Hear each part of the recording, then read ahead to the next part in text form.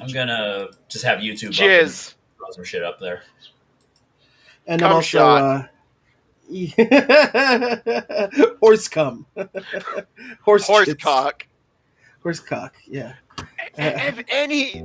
They got a call, said there was trouble in the house. Okay. Yeah. Oh my god, his Cum acting shot. in this trailer is so cringy. The girls have schoolwork to do. Anytime Will Smith tries to like play a non-Will Smith character. Now, I don't even mind you saying we hard on these kids. You know why? Because we are. That's our job.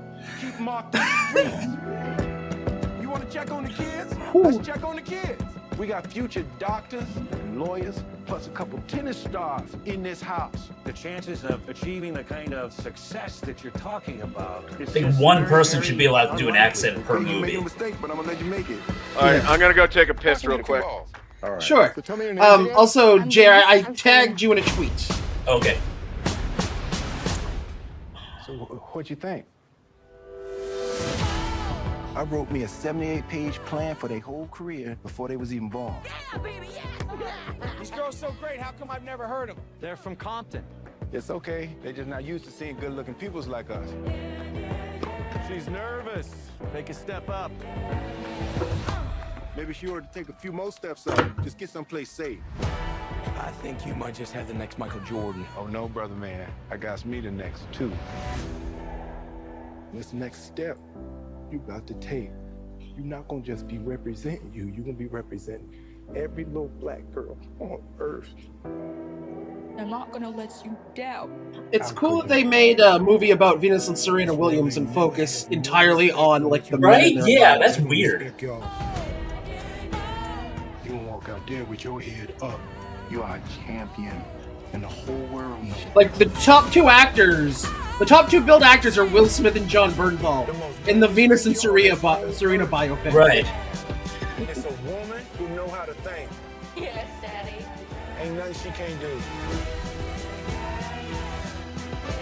You wanna show them how dangerous you are?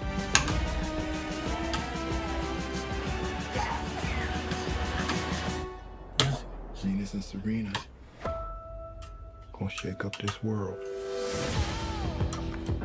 Venus Williams. Thank God that man did that. Hey, Daddy. Yeah. Serena Williams. Who is your best friend? Venus. Then you. That's Then you. After unbelievable. Venus.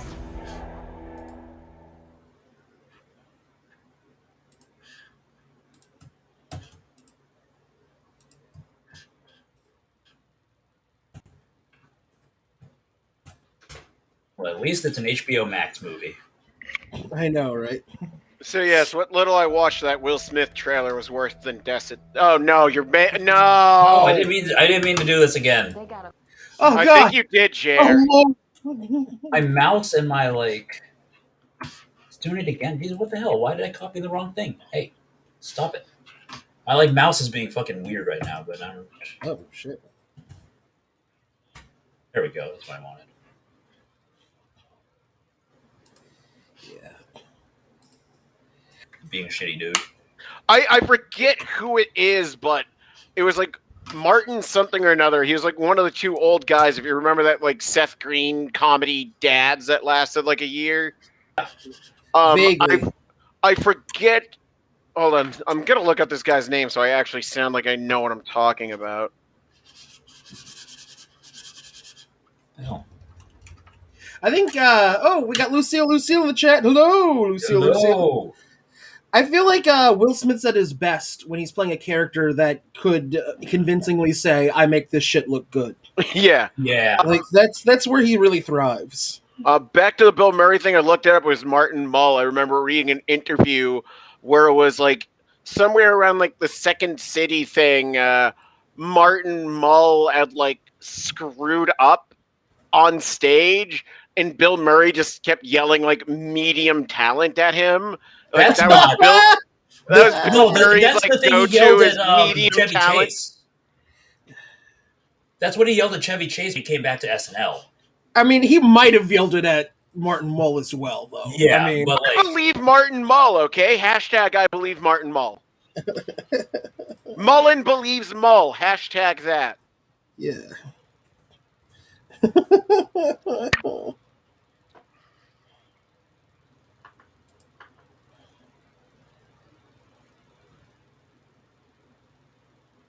So am I supposed to be Nope, I hearing found the story. audio?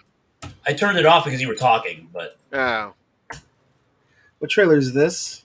it was I don't remember. But here's the Jared, just story. feel free to tell me when to shut up. Well, yeah. So this is the story, and it's not. You confuse two Bill Murray stories. One where he's being awesome, and the other one he's not.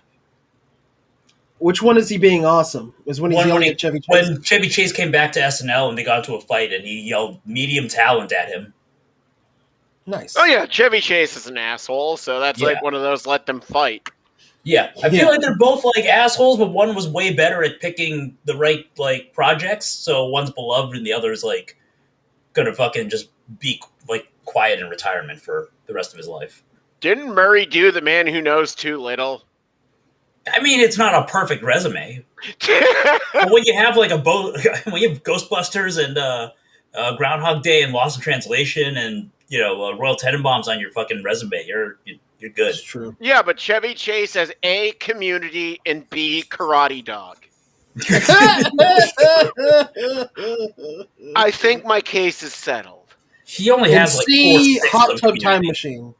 He has less than 4/6 of Community. Actually, he was missing from the fourth season a lot. Yeah, he was missing from the fourth season a lot because he just, like, as bad as he was with Dan Harmon, there was some amount of respect he had for him. Whereas those new showrunners, he just terrorized them and then got, like, literally banned from the set of Community. Yeah, like we were saying, like the respect for Dan Hartman. That's why that like holograph cameo in the beginning of season 5 happened. Is because that was like Harmon called out the Chevy and like because Harmon himself like went through like a couple of own like reconciliations with the way he had been. So yeah.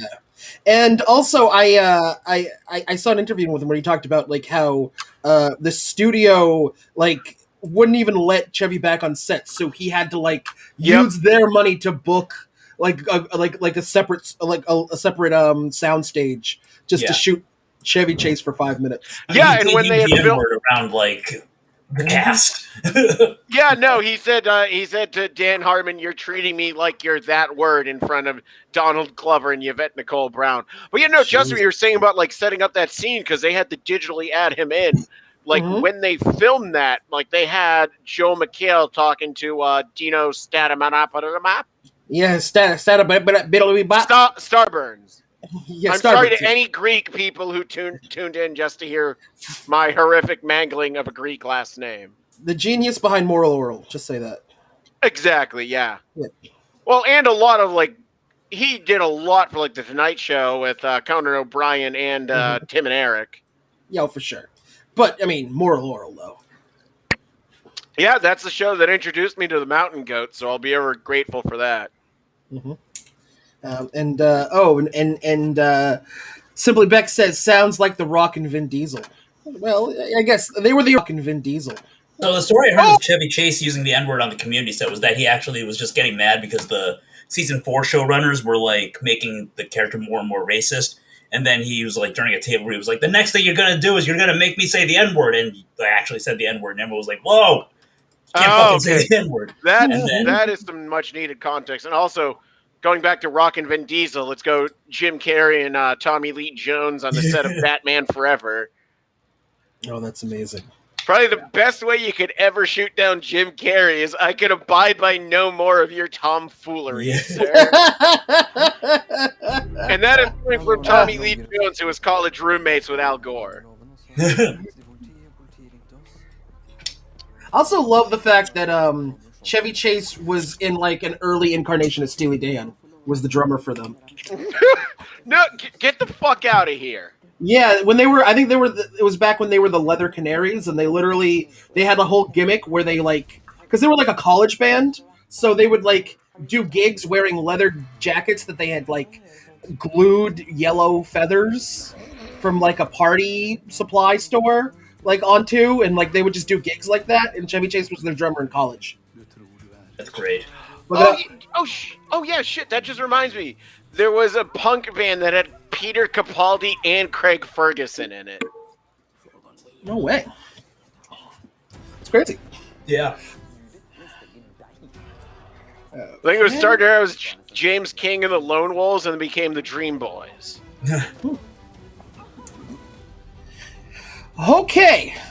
Oh, we got Sybil Enigma in the chat. Hello, Sybil everybody. Enigma. Okay, I'm done posting my links. Do we want to start this shit? Yeah, let's do it. Let's start this shit. I've got Woo! nowhere else to be but here. Nice, good. That's what I like to hear. It's not always the case, so it's nice when a guest says that. Right. All right, and away we go. Coroner says we're closing in 10. You're wasting my time. This ain't your bed. You give them a wink, or is it a blink? You only got one eye, so they gotta think. You hang around town with the Film Simps. You're selling your organs with the Film Simps. You catch a raccoon with the Film Simps. You'll name that raccoon Film Simps. The Film Simps was shot before a live digital audience. And welcome back, everybody! Woo! It is the Film Simps. I, of course, am your host, Justin P. Drew, aka Shushy, and with me, as always, is my fantibulous co-host, Jer Palopoulos. Say hello, Jer. Hello. Justin used a word that I don't think was a word. It wasn't a word. I just made it up on the spot. It's called improv. For those of you watching at home, this is an improv show. No one is watching live. No one is watching live. Please give all suggestions in the chat. Give suggestions. Give me a place or a career. Anyway, and then we got a fantastic guest this week. The bad boy of Shushy's Cinema, as I like to call him. Everybody, give it up for James Mullan. Say hello, James. Woo! Hello, and yeah, that I didn't want to call myself the bad boy. I was going to go with the Bart Harley Jarvis. He's the Bart Harley. Okay, and real quick, before we get started, promote any shit you might have going on, my friend. Well, I just walked out on a job that was about to lay me off. I'm working on finding new employment, so if any of the 2 to 3 people in the audience are hiring a guy who can sell beer, I'm your guy. But I did just start my own vanity. Four people in the audience, James. I can't see those metrics from here. I just see who's in the chat, and I just see 2 to 3 names. But yeah, no, I'm just starting a beer influencer Instagram account that who knows where will Bearded Beer Boy. And other than that, I'm also thinking of streaming games on Twitch. I don't know. I just became unemployed, so I only have seeds to plug, nothing that's actually grown into shit yet. Well, you should absolutely get into Twitch, and it's been really good. Lord knows I've been twitching long enough, but I'm. And Mikey Jesus is in the chat and called you a beer fluncer. You are a beer fluncer. I think he meant beerfluencer, but he spelled it beer fluncer. I prefer beer fluncer. I think that's more fun. But yeah, so if you have a job you can give to James, give it to him. Let him have it. I'll work for money. Hell yeah. But okay, so let's get things started. For those of you who who've watched the show before, our first segment. It's called "What Are You Watching This Week?" where we just go around, we just say something we've been watching this week. Doesn't have to be a new release. Doesn't even have to be a movie or a TV show. It can be a podcast or a book or whatever. I'm gonna talk about a music thing in a moment, and everybody knows what that music thing is. James, what are you watching this week? Well, I've been watching a lot of shit in the background while I've been playing the Hitman series and Demon Souls again, working on getting gaming streaming footage to eventually put on the internet. But the background, the other night while I was waiting on some classic Simpsons on FXX, they showed Glass, which I hadn't seen yet. I'd seen Unbreakable, I'd seen Split, I hadn't seen Glass, so I caught like maybe 80% of Glass. How was that 80%? It's just kind of baffling to me. Like, I get the cinematic world he's trying to set up and, like, I don't know, trying to make his own twist on how superheroes come to be by just people believing in themselves. But like even then, like there's this government organization afraid of the balance being broken. But like the only superheroes or super villains that exist are one guy who's basically white Luke Cage, but you can drown him kind of easily. A guy with fragile bones who is a just super genius, and then a guy with 23 personalities and only one of them is useful. Yeah, I loved Unbreakable. Like when I saw it as like I think like a teenager, like I thought that movie blew my mind. I was like, that movie's amazing. That movie's genius. And then I watched it again as an adult. It was like still pretty good. And then I saw Split. It took me like 3 or 4 years to watch Split, and I just thought it was like fine. I didn't think it was like people because I saw people like heralding that as like, M. Night is back. M. Night he put out another classic. I thought it was just fine. Yeah. I thought it was just really. If James McAvoy didn't kill that performance so much, that would have been like a 5 out of 10 for me. It was just that McAvoy brought it up to like a 7.5 with just sheer acting prowess. And then Glass, I just heard was abysmal, and I watched like a YouTube video that spoiled everything, and I was like so pissed at like what they did with Bruce Willis's character at the end. Like I was like, I will never watch that shit. I watched it and I had read about what happened and again like other YouTube things, and like when I watch it, like I'm not gonna defend it as a good movie, but like M. Night was trying to do something, and I could kind of understand what that thing was, but I knew it would never really go anywhere other than this. So like, I mean, as a standalone thing, like I'm the reverse with you with Unbreakable. I didn't quite get it as a teenager because I went into the expectation. It's going to be a theme we're going to get into with Pig, no spoilers, but like what I had went into the theater as a teenager to watch was not what I was expecting. But like as I kind of grew and like, kind of evolved as a film watcher, like, yeah, it really came along as something stronger than that. And Split, yeah, I thought Split was a decent to good thriller. James McAvoy killed it. But for me, mostly one of my best friends, it has always just been a meme because of that ending where the Bruce Willis reveal at the end where he's just sitting in the diner and goes, Mr. Glass. Yeah.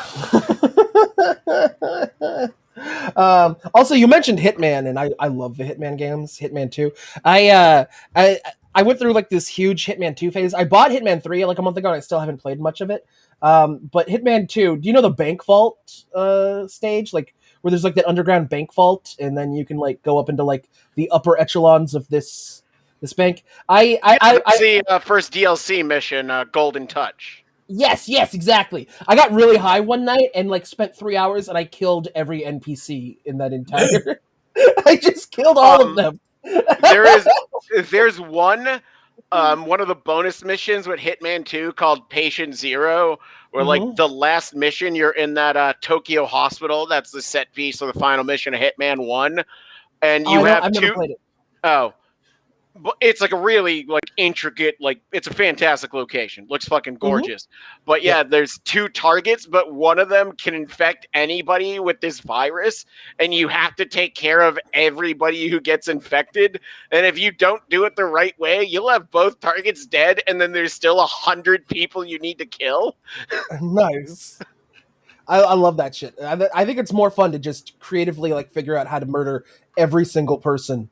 I'm not that chaotic anymore. I like to do the nice. Well, the only exception is there's one mission where you encounter a coal magnate who you're supposed to disguise yourself as.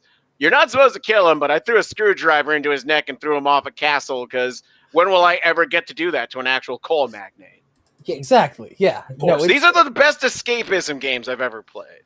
Oh, completely. Yeah. What a great series. Anyway. Okay, so Hitman and Glass.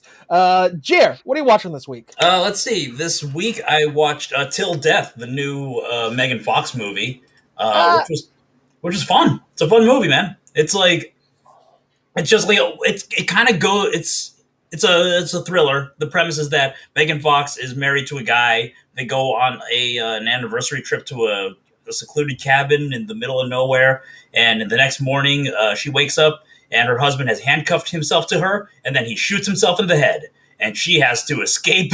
It's film death, baby. It's like an insane like revenge plot by the husband, just like on his way out, just to really fuck up her life. And it's a great not a great like not uppercase G great, but it's a nice like throwback thriller. It's kind of going for kind of the same vibe and thrills that those who wish me dead was going for, but like it's not as bloated. There isn't like there is zero attempt at like emotional connection. There's no fucking children. It's just like Megan Fox trying to escape this goddamn cabin as her husband's plan just unfolds nonstop. And I enjoyed it a lot. Like it's a really good showcase for like what's good and bad about Megan Fox. And it doesn't have Aidan Gillen, aka Littlefinger from Game of Thrones, doing the worst performance of his fucking life. It does not have that. No. Yeah, it's just got Megan Fox doing what she does, and sometimes that's there's like you got to put her in the right context, but then when you do, she's great. Like the movie starts rough because she's like breaking it off an affair that she's having because she's guilty because she's married, and it's like you can't do that with Megan Fox. I don't believe Megan Fox has ever had regrets. So like you can't. That's Working not like with Michael Day. Palette. You can't paint with that. But like the next 20 minutes are her being with her shitty husband. And just like the kind of distance and like disinterest that she has, like fits that perfectly. And then once she gets into the main plot, that same like vibe that she has is just like comes off as like gritty determination. Like she's great. She's great if like her general vibe is like someone who showed up to your party, but she's over it, but she's not hiding it. That's like that's literally what she brings. And then sometimes she gets to be funny, and she's fucking hilarious. I'm a big fan. So like. Yeah, this is a good movie. Solid, like 7 on the Simpometer, I guess I would say. On the Simpometer, nice. Yeah. And then the other movie I watched was Mayhem, which I don't know if either of you guys seen that. It's got Stephen Yeun and Samara Weaving. No, but I want to now. It's amazing. It's about there's a virus going around that cuts off everybody's like it just makes everybody act on their id. Just like whatever impulsive thing, and that's always fucking violence in these movies. And the way the government deals with it is that if they detect it, they just quarantine that building. So Stephen Yeun and Samara Weaving are just in this office building.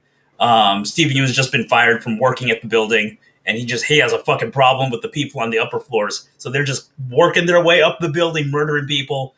It's a great like satire. I loved it a lot. That one I'd actually go like a 9 or something like that. It's got Steve Yeun being great as always, and I don't think the movie really knows what it has in Samara Weaving. I haven't seen it, but I'm a big fan of the James A. Gimney's Dead Meat series, specifically his kill counts, just because it goes really in depth. And Mayhem. That's like I saw that he covered that a couple of months ago. I've been dying to see that because. I mean, Stephen Yeun's great. Samara Weaving's fucking awesome. And what you were saying on the plot line, I don't want to give too many. Like, there's a lot of neat twists involving like Stephen Yeun, who he works for, and the virus. Stephen Yeun. Stephen Yeun, sorry. Going around, like Mayhem is. How can I go about watching that? Because I've got free time. It was a like $1 rental on iTunes when I rented it, and I was like running out of time. So last night I was like, I gotta watch this 90-minute fucking movie, and I've been blown away. Amazing. Like I think it's like for Samara Weaving, it's like it's kind of a dress rehearsal for Ready or Not, which is like the two leads are two people who were in 2 of my favorite movies of the last 5 years. So it's like very different. Minari movies. And what else? Minari and Ready or Not. Okay. And Samara Weaving, like, she is already, like, I first saw her, did you ever watch Ash versus the Evil Dead? Yeah. Yeah, that's her in the season 1 finale, like that, the camper, like, survivor girl who meets Pablo. Yeah. And then even funnier, she got used as a meme to, like, paint the left as violent because, like, a picture of her from the set of Ash versus Evil Dead circulated as a meme that she was, like, a Trump supporter who got beaten by the left. I remember that, yeah. Amazing. Well, I'm probably in the next night or two going to rent and watch that because thank you for reminding me about it. It's tremendous. I had a blast the whole time. I'm such a bad movie watcher, you guys. Well, you're on the right show. Okay, so you watched Mayhem. What did I watch this past week? Well, last night I watched Trick or Treat, For the first time ever. Although I had seen like the big scene with like Anna Paquin's character. I'm pretty sure I'd like a porn Paquin's character. I'm pretty sure I'd like a boobs for a couple seconds. So I'm pretty sure that's because I was like, I remember this specific scene, and then like I saw tits, I was like, oh, that's why. Yeah. And but it was fun. It was a blast. If you want to see like an alternate universe of Logan Roy from Succession, where he wasn't he wasn't a Rupert Murdoch type, and he just is alone in a fucking house by himself, getting haunted by like an adorable little version of PlayStation Sackboy that murders. Fun movie. I would probably give it an 8 out of 10. Just a blast. Super predictable. I called the twist halfway through, but I don't know, it's fun. Was the twist that it was Halloween all along? That wasn't the twist, that's the premise. But yeah, so I saw that. I loved, anybody who's watched the show knows that I recently watched all of the available Attack on Titan on Hulu, and am anxiously awaiting the last run of episodes. And so me and my brother have started watching Death Note, which I had never seen before either. Sweet. And I'm like 4 episodes in, and holy fucking shit, is that good. This dude's a genius. This writer, it's the same writer as Attack on Titan, and this mofo is a genius. And I will follow this dude into the ocean. And James, y'all right there, buddy? Yeah, no, you guys are lagging a bit. I had to go from my standard. With my apartment, I have like the room that's furthest away from the router, so I was going from the standard network to my extended router. Okay, all right. I heard you start to talk about Attack on Titan, waiting for the last run of episodes, and I have seen the first 3 seasons, so I wanted to make sure I heard you. Yeah, and now this is all on record for the show forever. So, yep. And then the 4th season, the first half of the 4th season is up on Hulu right now. Only the sub version, not the dub yet. So I've watched that. That was amazing. But I recently started Death Note. I'm 4 episodes in the Death Note, and goddamn, it slaps. Yeah. Holy fuck. Yeah, and finally, so last Thursday night, me and Mikey Jesus in the chat, obviously, ended our weekly show about an hour earlier than usual, so I could sit for 2 hours waiting for the Kanye West Donda live stream to start, which wasn't terrible. Because me and my brothers, we were all playing Smash that whole time. We were all playing Smash while like just low audience sounds played in the background. And like literally like 9 o'clock came around, and like one of my brothers was just like, "When is this gonna start? Oh my god! Like what the fuck?" And it's like, it's Kanye, man. It's Kanye. It's not starting at midnight. Just fucking chill out. And he's like, "Let's just watch." Like my brother's like, "Put on fucking Mad Men or something." And I was like, "No, you watch Mad Men upstairs, baby. This TV is." Mad Men is an upstairs show. That's true. Yeah.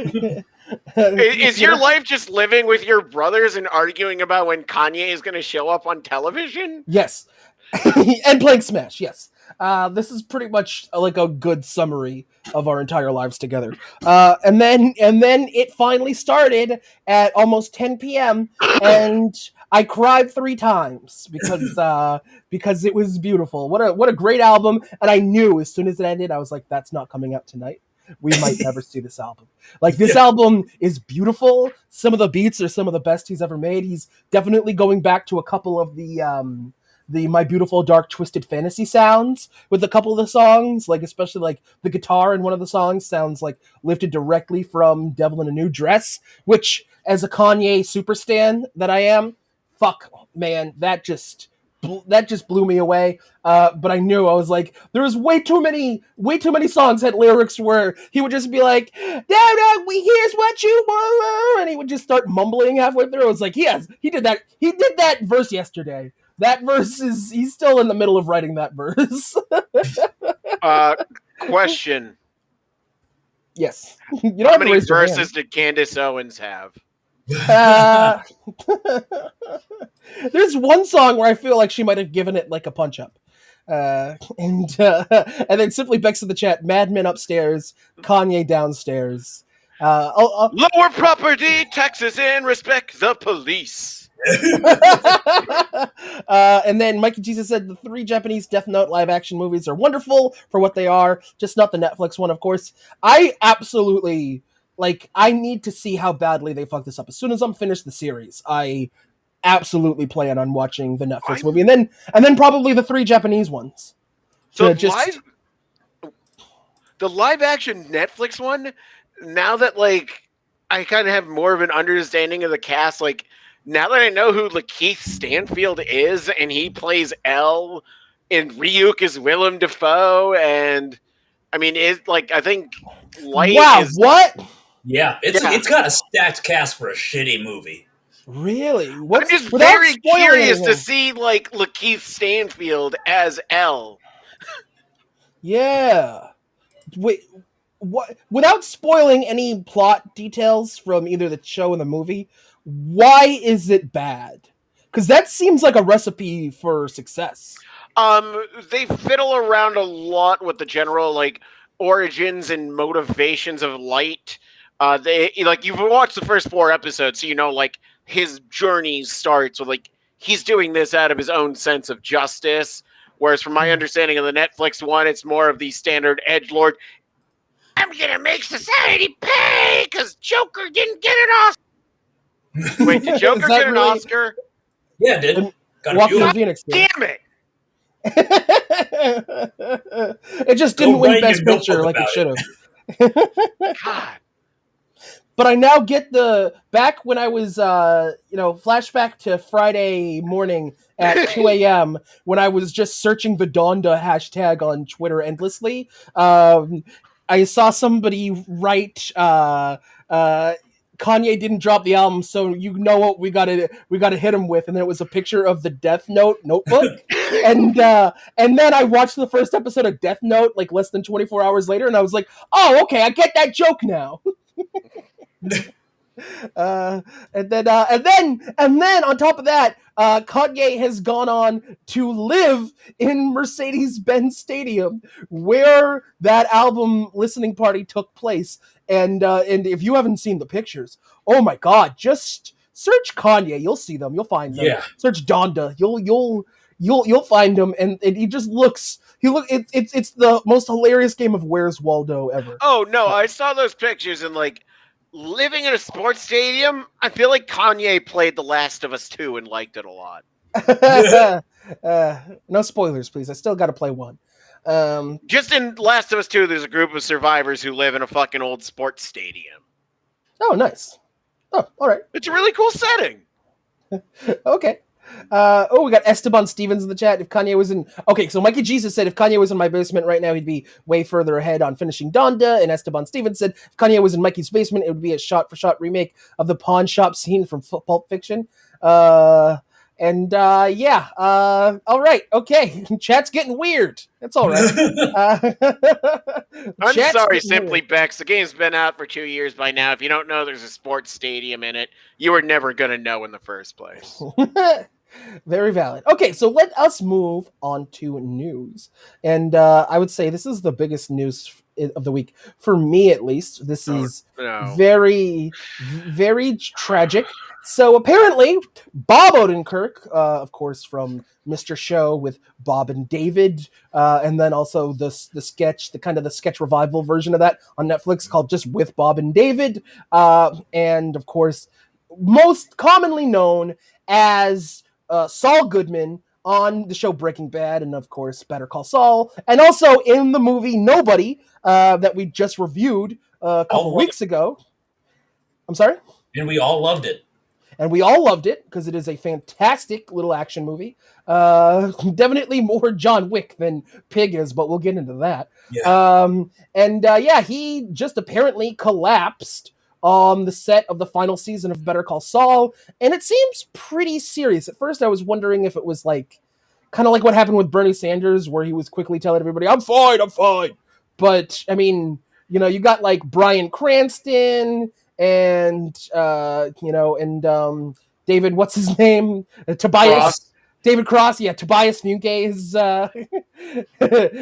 is coming out, but this is this is pretty like terrifying. And so this is just like a little article I found on Vanity Fair. Just of a lot of people. Just there's an outpouring of support because he just seems like a good dude. How are you guys feeling? Let's start with James. You want to wish him? You want to wish him well? I mean, why the fuck wouldn't I? I have a soul, right? Yeah. I mean, it's Bob fucking Odenkirk. It's Bob fucking Odenkirk, man. Yeah. It was just like, even before this happened, like yesterday, or a couple of days ago, I was hanging out with my friend. We were just watching random videos on YouTube, and they recommended us a clip from With Bob and Dave, where Jay Johnston, who, ironically enough, is apparently a fugitive for being involved in January 6th, was playing a criminal being interrogated by Bob and Dave doing this good cop, bad cop routine. And I don't want to spoil how it goes. It's just, they're just, oh God. He is such a fucking comedic force. You have Better Call, even before Better Call Saul, where he's phenomenal. And Breaking Bad, like, the Emmys needed to create a category for best portrayal of a sleazeball just so he could win every year he was on Breaking Bad.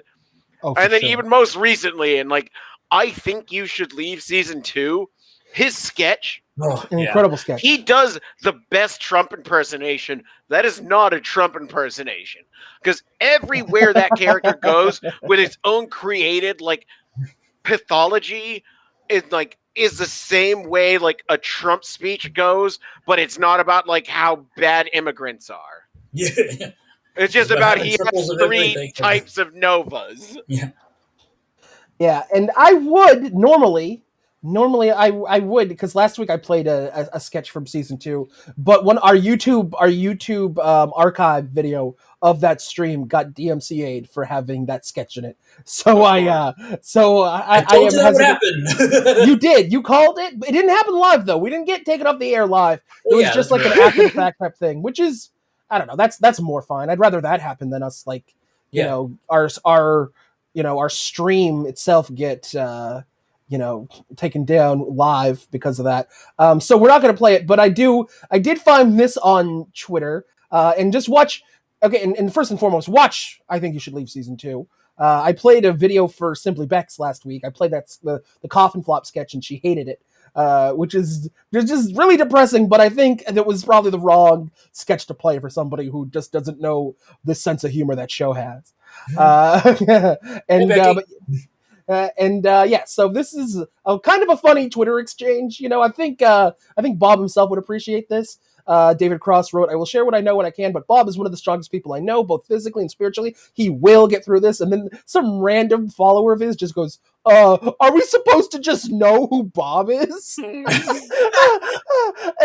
then this person, the real Lisa, wrote, "Abbott, I know Costello will get through this. Nobody. Are we supposed to know who Costello is?" I said this when you posted it in the chat, but I think of all people, David Cross has earned the right to be supportive of just a random person named Bob going through a thing. Yeah. Who cares if we know him? If he cares about him, he cares about him. Yes, but it's David Cross, so he deserves the best wishes. And I also, and here's the thing, I have loved Bob Odenkirk really since, I think the first time I really saw him, it really occurred to me who he was. I think I'd seen like guest performances he had on like How I Met Your Mother and stuff, and I know he he's one of those actors that just did a billion guest roles and a bunch of things. But it was really like Saul Goodman that like kind of clued me into like, this guy has like immense acting talent and can like carry a role, and especially on the show Saul. The show Saul makes Saul Goodman, the Better Call Saul makes Saul Goodman a much deeper character. If you watch Breaking Bad, I highly recommend it. But he got elevated to God status when I found these like last year. These are just old pictures from just Smash Melee age, so like early 2000s. He's playing Smash Bros. Bob Odenkirk played Smash Bros with David Cross. Holy shit! And look I have made that exact same face when losing. That is I don't know. That just that's like me. Sakurai confirmed Bob and David will be the next DLC. Listen, yeah, man, they should be like an Ice Climbers type duo. I was literally just about to say that. Yeah, hell yeah. But every outfit's just a different sketch from Mr. Show.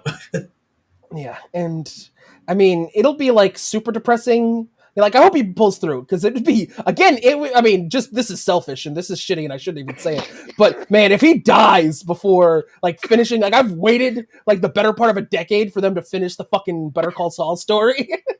I know that's like not what I should be thinking about, but it's like, that would suck. They gotta, but you know, I just hope that they can do some like Fast and the Furious 7 type. Like, get his brother in and CGI it and shit. Hopefully it's not that serious, but yeah, I hope he turns out all right, and I hope that like he can continue with his career. Yeah, me too. Joy to all of us. You know, I know you're very like well-meaning in your concern about closure on a television series over a man's life, but I mean, it's a prequel. You know what the fuck happens to Saul Goodman? I don't know what happens to Kim. Saul. I don't know what happens to Kim. Yeah, there's like, they do make you care about the other characters too, and we would like to know. Also, I need to know what happens to Kim and Nacho, man. Also, every season flashes forward to him working at the Cinnabon, so maybe something happens there. We don't know that either. So, well, then all you need to know, there was a fire at the Cinnabon, and their only employee was found deceased. End of show, except the fact the world lost a great man and moved the fuck on and let his loved ones weep.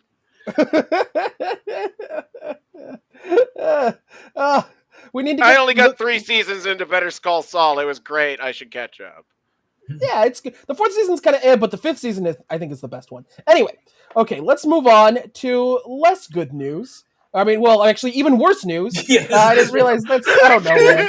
I was thinking of all the joy that Bob Odenkirk. I was thinking of the Smash thing because it just warms my heart when I see celebrities playing Smash Bros. To even worse news. So this has been kind of floating around Hollywood for a while. Apparently, there was some weird altercation on the set of Charlie's Angels between Lucy Liu and Bill Murray. This isn't like at first I thought it was going to be like a Me Too type thing, but it's more of a mean to.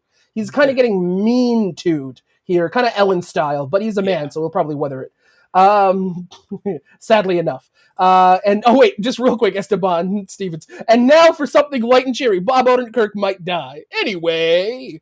All right. Anyway, so Lucy Liu has finally explained her side of the story. I did look up. Bill Murray just when asked about it, just wrote it off as just like, I'm a professional, and so if I'm interacting with somebody in a professional environment and they're being unprofessional, I'm going to tell them. Which definitely seems like a shitty response to that, personally. Yeah. And we can kind of get into other shit. But yeah, so she basically came out and talked about, Murray insulted her, calling her just a TV actress in front of everyone. And she does admit, that she, Drew Barrymore and Cameron Diaz were definitely the far more powerful of the two angels at the time they were filming that movie. And they did replace Bill Murray with Bernie Mac. And actually, honestly, I love Bill Murray, but I thought Bernie Mac was a fantastic Bosley in the second movie. But I just love Bernie Mac. R.I.P. But yeah, so what do we think of this? And I know Jay, do you want to get in a little bit deeper into other things that people have said about Bill Murray? If you just like Google Bill Murray abuse, there's a lot of results. He also his second wife accused him of like abusing her as well. So he's had like, other than, aside from that, there's also like co-stars who like have plenty of stories about him being like at least a bully on set. So this was a while ago. It seems like it's one of those things where like Lucy Liu like mentions it, but also mentions that like he was nice to her at the like at an SNL reunion or something like that. So like, it's one of those things where I'm like, I don't know, is that normalizing it? It's weird. Like in some ways, Jeffrey Tambor was like had a similar reputation, but also like some of it was like sexual harassment, and like does it necessarily mean that has to go away while Bill Murray gets to continue just because it was like just a personal meanness in nature rather than it's a weird question. But yeah, it sucks that like sometimes you get a talented guy like Bill Murray who is an asshole and kind of covers it with being like an eccentric weirdo in his like public life. Yeah, and also, I had not heard this story, but James brought this up before the show started. Apparently, he tried to kill Martin Mull. James, can you break this story for me? I had like, you're asking me to break down a story I presented to you at a point where I had to Google Martin Mull's name just because I remembered he was in that failed Seth Green, Giovanni Ribisi sitcom Dads. And I just remember at one point Bill Murray lashed out at him, calling him a medium talent. So let's go on with this. Yeah. So apparently Martin Mull was just talking through an entire National Lampoon show in the front row. And Peter Boyle was his friend, and so they talked throughout the performance, and then he went backstage afterwards to congratulate the cast, which included John Belushi, Gilda Radner, and Bill Murray, and Murray went berserk, grabbing Mull around the neck and tried to choke him, screaming, "I'll kill him! I'll kill that fucker! He talked through the whole thing, I hate him!" Which, as somebody who's like run live shows for like the better part of a decade, totally team Bill Murray on this one. Sorry. Yeah, fuck you. You just absolutely deserve to have your to be okay, to like feel now that I see the whole story, I am no longer Mullen backing Mull. Yeah. Yes. But yeah, so I want to ask both of you, in light of like the Lucy Liu story, it's definitely being picked up by a lot of places. It's very much in like, the media loves a good Me Too story nowadays because the Me Too well is not entirely dried up, but is not like every other day like it was for a while. And the Me Too shit is just getting started. Do we think this is going to lead to a kind of a relitigation of Bill Murray's past? Like Jared mentioned, we got the ex-wife saying that he abused her. We have, many people saying that he, crossed over a line, either just verbally or in this case physically. Do we think this is going to catch up with him, or are we going to see kind of Bill Murray have to answer for some shit? Let's start with Jared. I would guess no. He's like late enough in his career, and I feel like, all of these stories are pretty old. So I wonder if he like went through some change, like maybe he was like an alcoholic or something like that, because that is a factor in some of the stories. Like, I don't know. I feel like we're well past the point of litigating Bill Murray unless he does something actually criminal. Yeah, which if his ex-wife's testimony is correct, he actually did. Yes. James, what do you think? Okay, I was going to say, speaking of the alcoholism and Bill Murray being convicted of a crime, he was arrested for, like, drunk driving on a golf cart in Scotland maybe about, 15 years ago. If he's drunk driving on golf carts in Scotland, what is he doing in cars in America? Yeah, nobody gets canceled for a DUI. Yeah. But there should not be mothers against drunk driving. It should be Murrays against drunk driving. Yeah. Yes. Well, yeah, no. All four of the Murray brothers from that golf show they had on Comedy Central. Like Jared said, to reference probably one of the most impactful BoJack Horseman storylines they pulled off when the show was trying to go away from just cartoon puns about depression to covering serious shit. Bill Murray's Hank Hippopopoulos. He's at this point, no matter what anybody says about him from what he's done in the past, there's such a legion of fandom around him. He's never going to go away. And Jared brought up Jeffrey Tambor, and what Tambor did to Jessica Walters on the set of Arrested Development that the rest of the cast brushed over. That's similar to the abuse people report from Bill Murray on the set. But what was reported about Jeffrey Tambor on the set of Transparent, that shit that deserves for sure. Get that guy the fuck out of here. Yeah. Yeah. I'm just talking about in general, he had a reputation for being difficult as well. And then nothing happened until he got accused of sexual harassment, which is a weird thing where you can have a million second chances for just being an asshole. But then once it crosses into that line, it's whoa, It's just a weird thing that culturally we have, and I don't have an answer for it. Yeah, I mean, I guess also, like, I think one of the answers is Jeffrey Tambor didn't really become a figurehead into, like, the American pop culture until Arrested Development, whereas Bill Murray's just been a big thing since he hit the scene.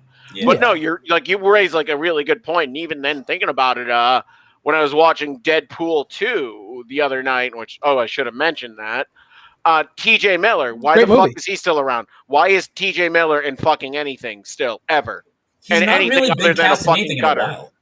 He was in that Drew Barrymore movie that I think was a huge flop. There was just some underground or underwater movie like this year, 2020. That and the thing that that Justin mentioned, the Drew Barrymore movie. I think both of those were filmed in like 2017 and only came out in like 2019 and 2020. Oh, okay, yeah. The studio just had like a lot, like, because they didn't want to release any of their big movies that year, so they just like, what do we have in the fucking in the closet that we just haven't right? And it's like, whatever. This has T.J. Miller in it. 2020 is the year of T.J. Miller. It's T.J. Miller as a year.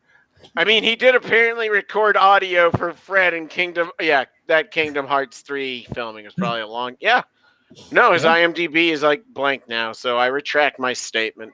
Yeah. Good. I mean, he's still doing like stand up. He's still got, he's it's kind of funny. That kind of segues nice into our next segment, because this dude's still using social media to kind of, stay afloat, at least, theoretically, financially. Unlike our next story, which really doesn't have much to do with film other than Ryan Adams has put some songs on soundtracks. But Ryan Adams, for those of you who don't know, Ryan Adams, he is a singer-songwriter who I saw live once and I found to be extremely boring, but my brother had dragged me there, and then I made him leave before the encore because he did 2 sets. He didn't have an opener. He just did 2 hour-long sets of just all songs that all sounded like the same song for an hour. And then he's like, we got to see the encore. And I was like, you heard the encore. You fucking heard the encore. Just listen to whatever songs he didn't play in the car on the way home, man. Anyway, I fucking hated it. His cover of Wonderwall sucks. Anyway, it was featured on the OC, so this gets on the movie show. Yep, it featured on the OC, so that applies. And also, didn't you say one of his songs was in Old School, right? Yep, To Be Young is to Be Sad is to Be High. Yeah, I like a couple songs of his, but yeah. So obviously, for those of you probably know, he got actually Me Too'd a couple years ago, back in 2019. This big article went viral in the New York Times, which is a big one. Yeah, and then Mandy Moore was like, he was married to Mandy Moore for a long time. Mandy Moore came out about like, just kind of the mental shit that she experienced being married to him. And Phoebe Bridgers literally wrote a whole song about him where she has one of the best burns I've ever heard on a song that says, why do you sing with an English accent? I guess it's too late to change it now. But, and she like talks about her time with him and all the horrible shit. So he is one of these celebrities who never really went quiet. I think maybe he gave it 6 months and then he dropped an album in 2020. He dropped 2 albums in 2020. And now good Lord. He's going on Instagram and writing these huge woe is me posts, basically begging any label that would have him to save him because, quote unquote, I'm going to lose my home, I'm going to lose my studio, my label, and possibly even my home. And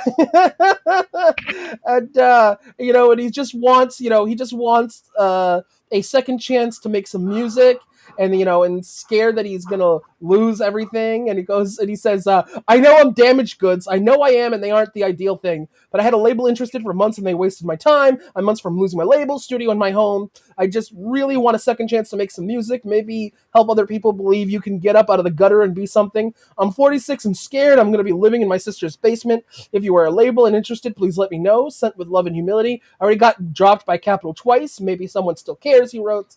And then he said, please, if someone takes a chance on me on this music, I'll bust my ass to support it. Sorry to sound desperate. And he goes, I have no record deal. I'm kind of broke. I have no friends. And then Variety picked this up, and then he wrote a whole post blasting Variety, saying that when I'm, when I'm promoting my music, Variety doesn't care, but when I'm, fighting for my life out here, Variety is gonna report and talk about, blah. And so, my question to you, gents, and let's start with James for this one. Do you think we owe Ryan Adams another chance? Thank you for asking me first, because I just want to say, fuck you. I've looked up Ryan Adams. He's apparently been active since I was 4 years old. I'm 35 now, and for the first time, I've been forced to have an opinion on him, and I just kind of hope he slips on some wet grass and falls down a steep cliff. In a video game. Yeah. In a video game. Yes, in a video game that happens in my mind and reality. That's a video game. One of those virtual reality. What was that Matthew McConaughey movie? Oh, with Anne Hathaway? Serenity? Yeah. What a shitty movie. It happens in Serenity. Yeah. So I'm going to guess your answer is no? Yeah. Guess I would. Nice. Now, Jer, I know that you are especially close to this because you unabashedly love Ryan Adams. So what do you make of all this? I'm sorry, Jer. Yeah, well, it's whatever. Can I take back my Cliff statements? I don't care. I think he should fucking fuck off too. But I think it's just I feel like there is an interesting discussion to have about when someone has been punished enough for being a shitty person or abusive or whatever. But Ryan Adams ain't the one to have it because the whole New York Times article was about how he used his influence as a critic's darling, as a guy who would have opening acts, as a producer and as a husband to just gaslight women and abuse them and use his influence to coerce them into relationships with him. And he had an online thing with potentially with a 14-year-old or some shit, and was being investigated by the FBI about it. Yeah, so there's so much shit, and it's go away. I find it it's and I also on that's one half of my opinion on this. He can fuck off. It's he should not have a platform. But my other side is do we really believe that no one's gonna book him or go to a concert with him or fucking what's his name, Dr. Luke, the producer that Kesha accused of raping her, still works. He just goes under a pseudonym. So you're telling me Ryan Adams can't do his as a producer, he's boring as shit. But you tell me he can't be a producer for some I don't know, a Morgan Wallen or some other country person with a bad reputation. He can't get hired to do that and work under a pseudonym and then just be quiet. I kind of don't believe him because also he's a guy who as an artist was very into self-mythologizing. He really played up being kind of a bad boy of indie rock or whatever, and acting out on stage and being a dickhead to audience members or whatever. And I think this is just him posturing to try to create a narrative for himself as he makes a comeback. So I don't trust this at all. This is just more gaslighting, essentially. Yeah. I wanted to tie into what going on, building on what Jer was saying. Right now, I know you don't pay attention to WWE as much, but Baron Corbin's doing this whole I'm out of money, please pity me thing. And it's as I mentioned in my rant about Ryan Adams, he has been active in 31 years of my life. I never had to pay attention to him. Yeah. How the fuck do you have no money saved? Where you got to move into your sister's basement, which is probably in a fucking mansion. Who do you think's going to actively feel fucking bad for you? With how many fucking resources you have? Get over yourself, you little abusive dick, and break that guitar over your own goddamn neck in a video game that happens in my video game reality. Not to be a super fan, but he and Mandy Moore had a lot of pets. So I imagine between the divorce and the pets, he's got to have a lot of expenses. And how I kind of feel about it is that, say what you want about Louis C.K. and the less the better, but I constantly bringing him up and I shouldn't. But say what you want about him. The dude shut the fuck up and just started touring again. And people could argue whether or not that was the right thing to do, but he did it because he knew he needed money and he had a certain lifestyle he wanted to uphold. And I feel like this dude absolutely wants the cushy lifestyle he had before, and he has not accepted the fact that you don't get that anymore. you're not owed a studio or a label, and you Yeah. could probably afford a smaller house. You know, like, I'm sorry, dude. Sell your house, sell your studio, sell your label or whatever, close your label, you know, or just use it to release your shit. Fucking move to a smaller place, you know, with a fucking, you know, build yourself. You can pretty inexpensively build your own home studio where you can make, with your talent level, you can make good sounding music and then just self-release it to your fans. There were literally fans on all of these posts. I did look through a couple of his Instagram posts. There's been fans on all of these posts that are supporting him. Yeah. Thousands of fans. People saying, listen, if you come and tour near my house, I'll see you. This dude could release straight to these people. Some people were saying you should start a Patreon. He didn't respond to that. Some people were like, oh, you should do this, do that, you know, all like kind of independent ways to be an artist that a lot of artists use nowadays. It's not like he's like banned from Spotify. Yeah. You know, like certain artists like R. Kelly was for a while, right? So there are things he could be doing. He just needs to accept that no, labels aren't going to want to carry you. You're not going to be making label money anymore. You know, you're not going to be touring, you know, arenas like you used to. You know, you're not going to be touring huge amphitheaters. You're going to be doing a concert hall at best. You're going to be doing like, you know, smaller kind of coffee house. You're going to be doing like Boston City Winery, you know, not the Pavilion like you used to. I mean, hey, as a kid, I went from seeing Jose Canseco playing in a major league ball field to watching him at whatever the fuck Holman Stadium in Nashua, New Hampshire is now. Sometimes you take those chops down. But again, like you brought up Louis C.K., and like I think it goes into a Jeffrey Tambor thing where they weren't the type of person who had that high of a status for as long as a time somebody like a Bill Murray or Ryan Adams. So for the people who are at like the top of that nest for like that period of time, I think like getting dropped down is even harder. Yeah. Yeah. Also, I'm just basically speculating. I'm only like second cousins to a couple of insanely successful football players, and that's like my only insight into the life of fame and fortune. But also, Simply Bex in the comments said, and another reason why folks half the time don't feel a reason to come forward about these things, ... when they have no consequences. And I mean, hey, you know what? This dude is suffering consequences, and I am all for it because it seems like he has been a horrible, abusive douchebag. And needs to answer for it, especially if he was sending inappropriate text to a 15-year-old. He absolutely needs to answer for that. Also, maybe just point out that like when the story first broke, and he was silent for like 3 or 6 months, whatever. But in that time, his like what? Okay, he was silent for like 6 months or whatever. But in that time, like his management like quit on him, and so one of them leaked out some texts that they had with him, and they were like. There was shit like, I don't care about this like healing shit or like whatever. I just want to play music, man. And it's like, I don't think he's just playing it up to like, you know, get sympathy and probably go on a tour where he like fucking panhandles from the stage or whatever. He's a gimmick. He can join Marjorie Taylor Greene and fucking what's that like sex pedophile who looks like Butthead from Florida. That's the guy. Yeah. So many of these names have escaped me since I've been like banned from Twitter, and my life has just been so much better for it. But Ryan Adams, that's your job. You're their opening act now. Yeah. Hey, you know what?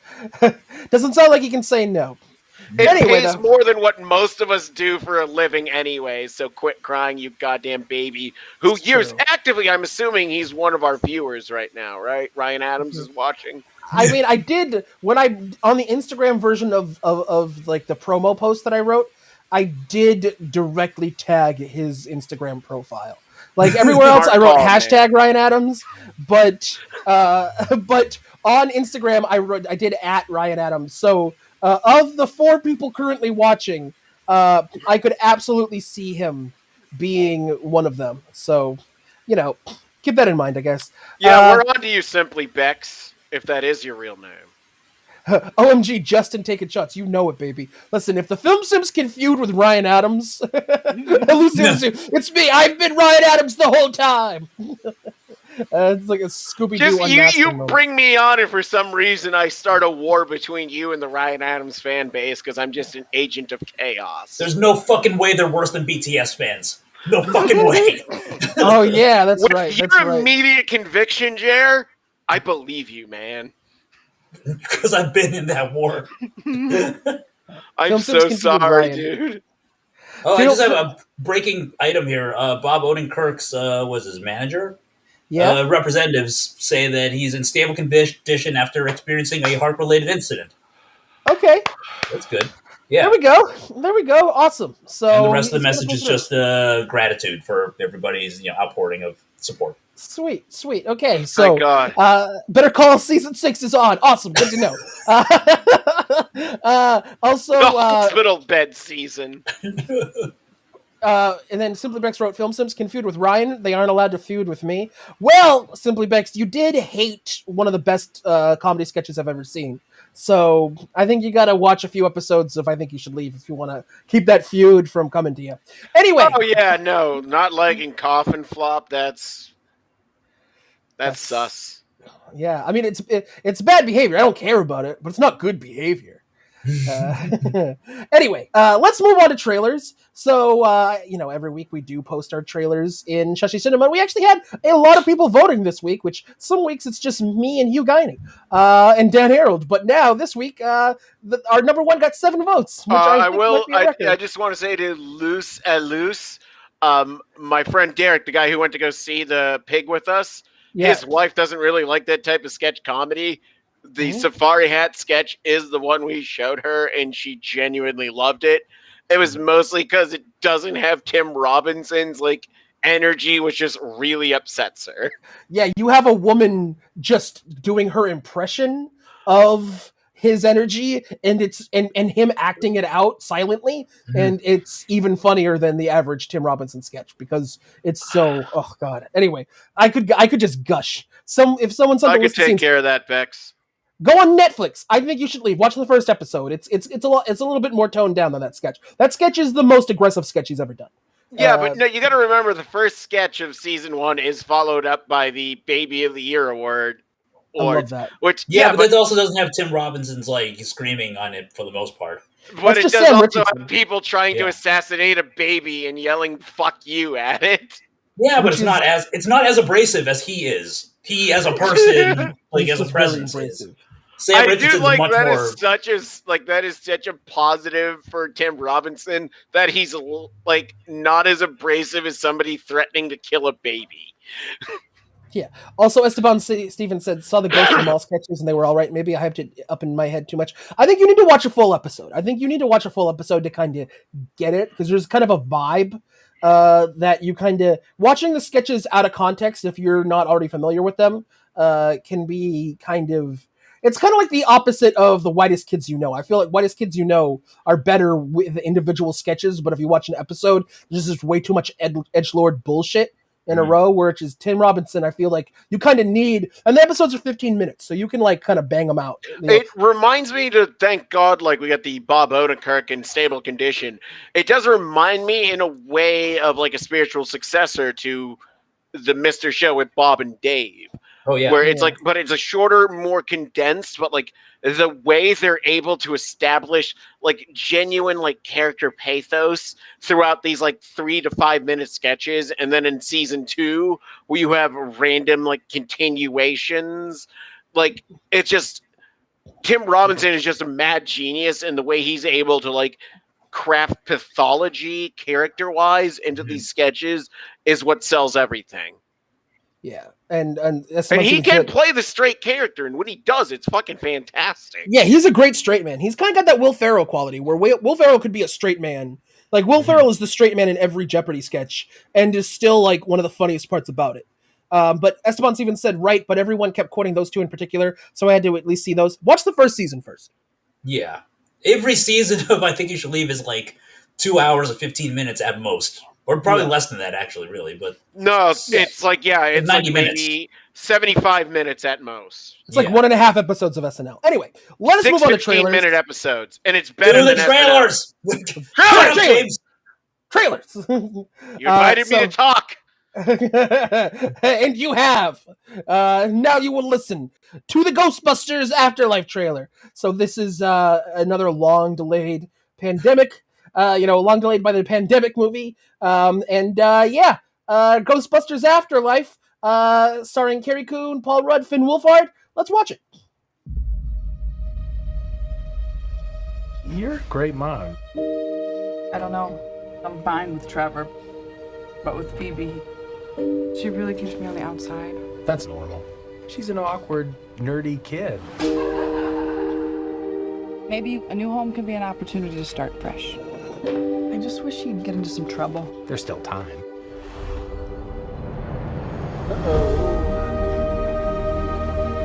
What are you doing here in Somerville anyway? We're completely broke, and our grandfather left us this creepy old farmhouse in the middle of nowhere. Your father wasn't much of a homemaker. He could hardly keep the power on. You're saying he left us nothing? Well, I wouldn't say nothing.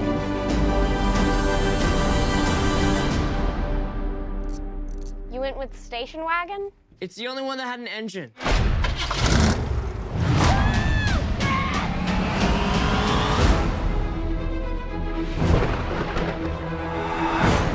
What is happening here? Somehow, the town with no fault lines is shaking on a daily basis.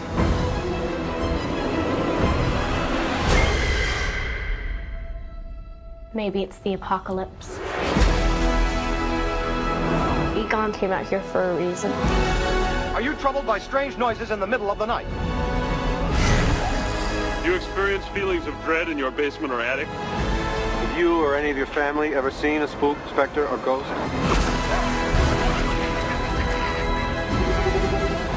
Oh my god. You guys hear that? Something's coming. The whole city. It's like The Walking Dead.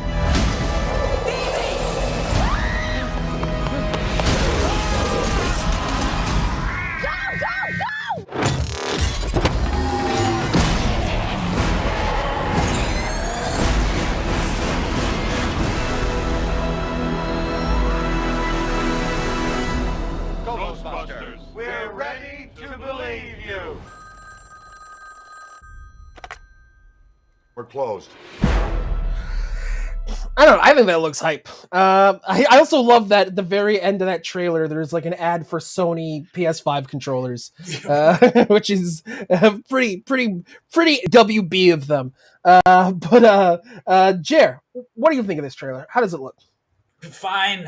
We're gonna do a Force Awakens for everything. Fucking do. I don't know. I don't get where Ghostbusters became this thing that people treat as like the sacred Bible thing. Like it looks fine. It looks like there's not going to be any ghosts in it for the first hour. That seems weird. It looks like it's going to be like 2.5 hours, and the first hour is just going to be a bunch of small town kids fucking starting a car. I could see it having kind of like, both of the first two Ghostbusters movies had, where, there's an intro, there's a little kind of, prologue intro where somebody encounters a ghost and then blah, blah, blah. I don't know. I don't know if it's, for sure not going to have ghosts in the first hour.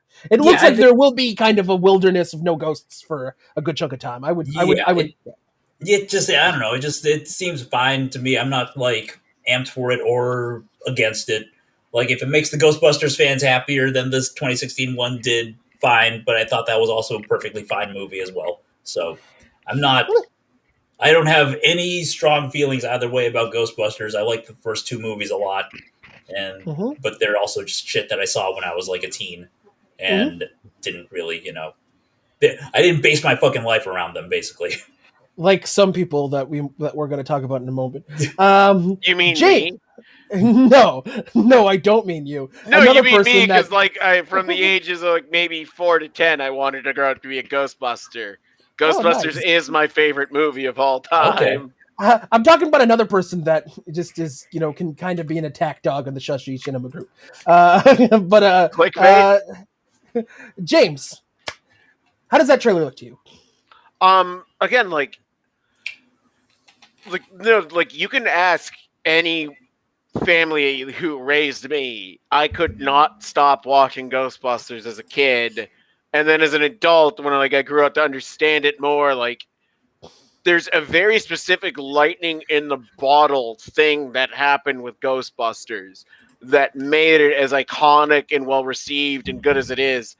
And now at the age of Bill Murray objectively, like Peter Venkman carries date rape drugs. You can't hide from that. Like, no, you can't get Wait, around what? that.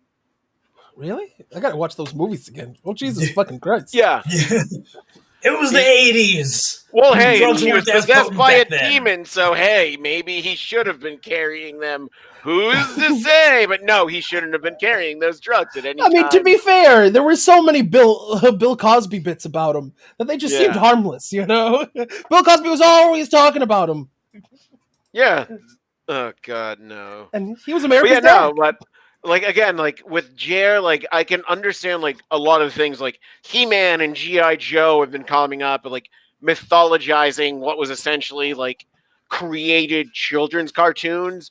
I think Ghostbusters was the inverse of that because you had this movie that was mostly targeted for adults with like some elements kids could be into.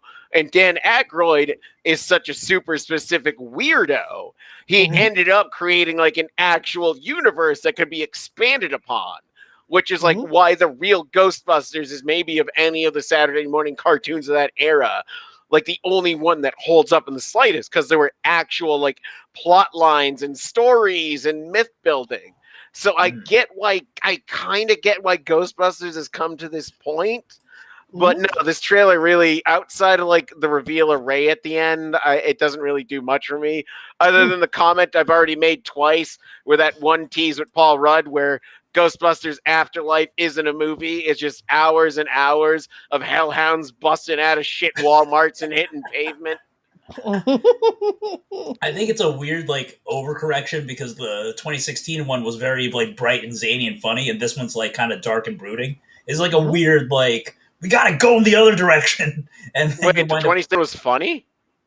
I thought it was funny, but at least it was like light in tone. At least it was like it was a comedy, whereas this one doesn't seem to have like the comedic elements so much. We've seen.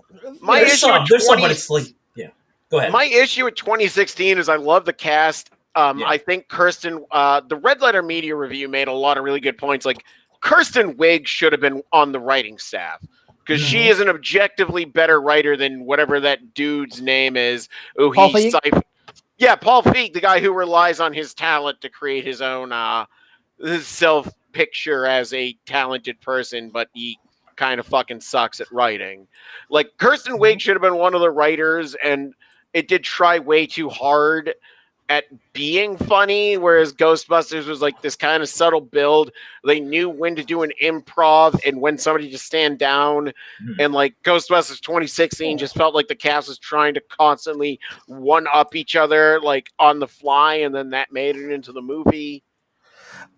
I fully believe that if you removed Bill Murray from both of the first two Ghostbusters movies, they really wouldn't be comedies anymore. They'd be like paranormal, Ernie Hudson. Paranormal thrillers with the occasional gag. Like, I mean, Bill Murray's lines were like all the funniest moments in both of those first two movies. I don't think there's been no Ghostbusters movie that's been what I would consider a laugh riot. Both of the first two movies definitely have a lot of downtime between jokes, where they do build drama, where they do build suspense and tension. I think this, I have, obviously I could see this sucking. I definitely think that they are selling this on the nostalgia angle. I do think that they're kind of leaning into kind of the Stranger Things. They got Finn Wolfhard, so they absolutely want to invoke Stranger Things through this promo. But I could see this being a really good time. I think that at the very least it looks like the visuals are going to be on point. The cinematography looks good. I've seen people say ridiculous things online complaining about, how I love the Ghostbusters movies because they were all set in the Midwest. In corn husking towns and shit. But it's like, I don't know. I don't think that needs to be. I don't know, man. I think people are a little harsh on this. Departure. It seems like such a weird departure. Also, like its cinematography, like it looks like it has like that same orange digital vibe to it that a lot of movies have already. So it's like I'm not bothered by any of it, but I think it might be fine.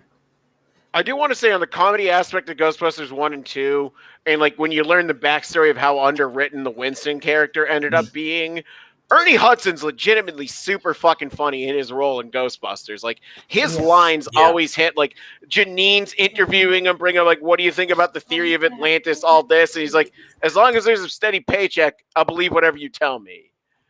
Yeah. And Or I mean, the edge, like when they're like dealing with like this fucking seismic god takeover, and he's just like, this job's not worth another $5,000 a year. he's actually going to be in this. Actually, fun fact. Good. They got a lot of Ernie Hudson. Yeah, Ernie Hudson seems like be like a lovely human being who got the short end of the stick in this movie because the role was originally written for Eddie Murphy. It's true, and then they just drastically reduced the role, which sucks. But Ernie Hudson did a good job, and I hope he gets a moment or two here in this one. Also, Simply Beck said, "IDK, if I'm ready to see Paul Rudd in the role in a role as a dad of a teenager." Have you not seen Endgame? Because that happened already. I think Paul Rudd can play the dad of a teenager or a teenager. Man's ageless. Yes, true. And I want to counter with Esteban. They also have him assist the ghost of They have Winston assist the ghost of Sherlock Holmes in solving a case involving the ghost of Dr. Moriarty. And Winston goes to hell and plays baseball successfully on the side of heaven against hell to save Venkman's soul. So he is not just a chauffeur in that cartoon. He drives because they're the only one they trust with the Ectomobile. That shit's his baby, man. Now we got Finn Wolfhard driving. Would you also believe I had my childhood dog named Winston just because I loved that character so much in Ghostbusters? Nice. And the real Ghostbusters. I believe that. But yeah, anyway, so I'm cautiously optimistic for this. I think people are being too hard on it and making assumptions. Again, I think they are marketing this in a certain way. People are saying, oh, so this movie's going to have no jokes. I think, wait till the final product, because the movie we're about to review had a trailer that made it look like John Wick with fucking, pigs instead of dogs. And the trailers are done by marketing, not the creative. Yeah, so let's wait till the final version. I think this looks potentially good. And it's also being made by Jason Reitman, who is the son of Ivan Reitman, who absolutely needs a hit. And so it looks like he is putting extra oomph into this to make it a quality movie. So hopefully he is successful in that. I guess we will know in November when this movie comes out, and we inevitably have Mark Gallagher on to either defend it or rip it a new one. And Mark Gallagher, who is the biggest Ghostbusters fan I know, and is actually pretty hype on this trailer, saying it looks pretty good to him. So it's gonna hopefully satisfy the Ghostbusters faithful. Let's move on though. I'm tired of the Ghostbusters Afterlife discourse. Let's move on to fucking Dune discourse. Right. And I feel the spoiler, kind of the opposite of the way that I feel about Ghostbusters with this one, but we'll get there. Let's watch the trailer for Dune.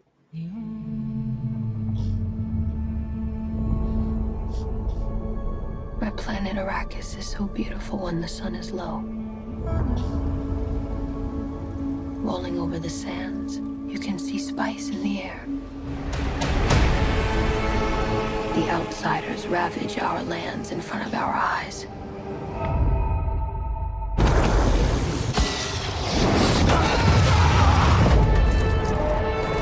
Their cruelty to my people is all I've known. Palette as Ghostbusters trailer. Yeah, it's got that same color palette.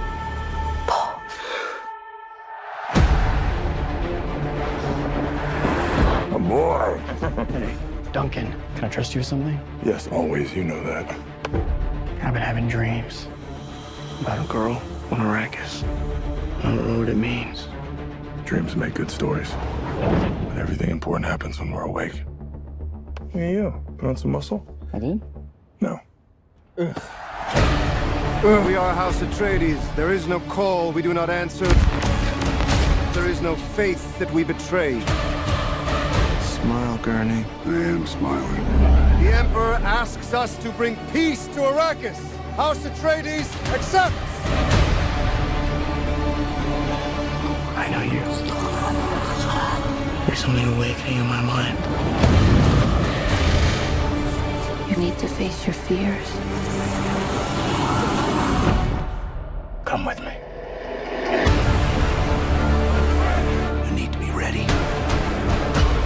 met Harkonnens before. They're not human, they're brutal.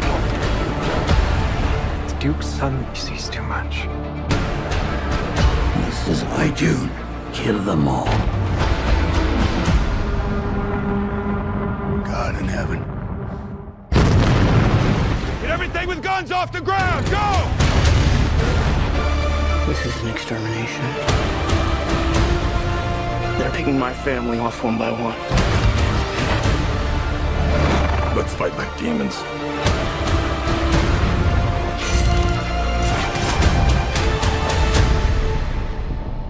Dad, what if I'm not the future of House Atreides? A great man doesn't seek to lead. He's called to it. But if your answer is no, you'll still be the only thing I ever needed you to be. My son. If anything happens, will you protect Paul? With my life.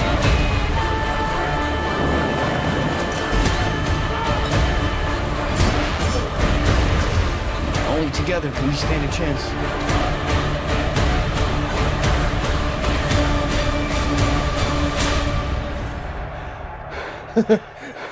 It's time.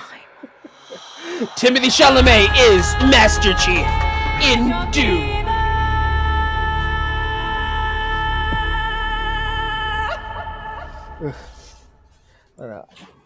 I'm gonna go first for this one just because I don't know. I guess I don't like Blade Runner 2049.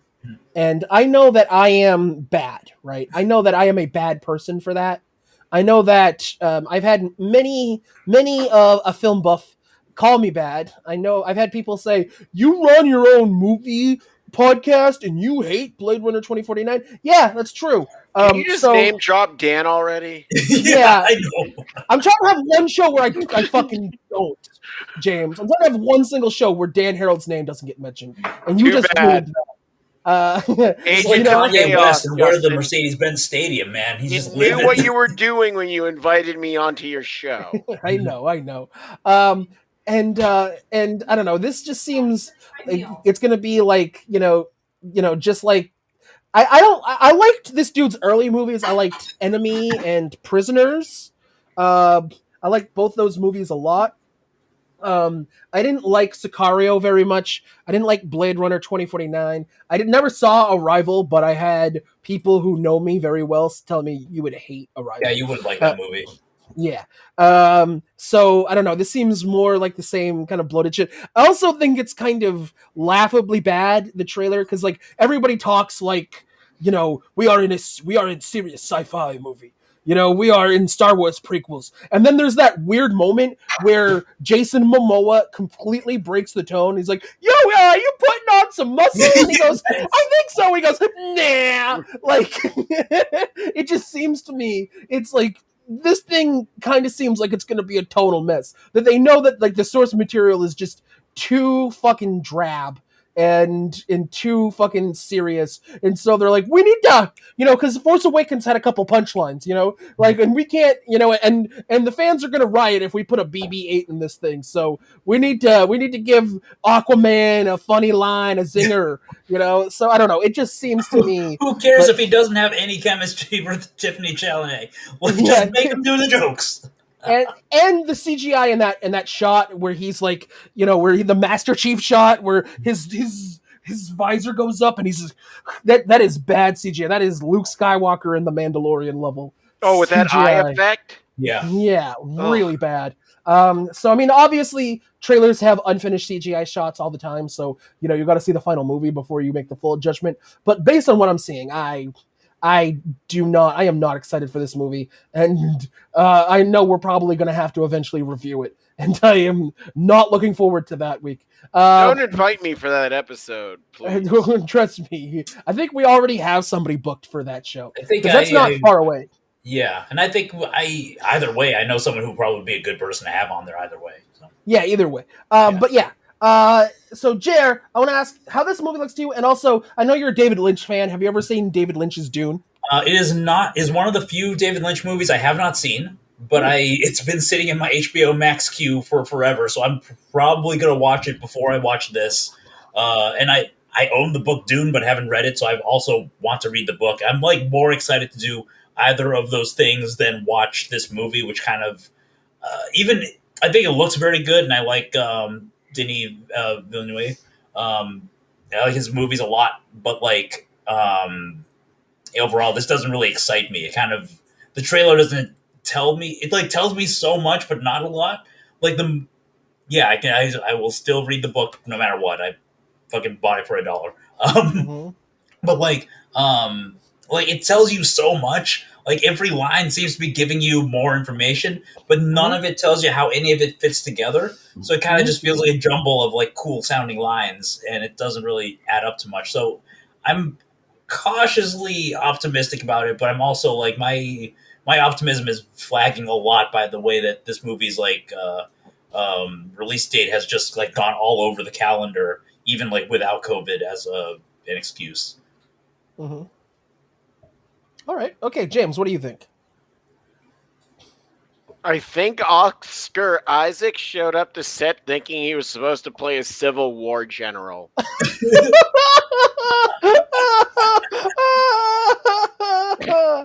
That's the only thought I have. Yeah. he just showed up. My Moon Knight. What is this? He's just standing in front of a green screen saying lines. Yeah. And Simply Bex brought up a good point. The trailer is yelling, "You have to care about this," without ...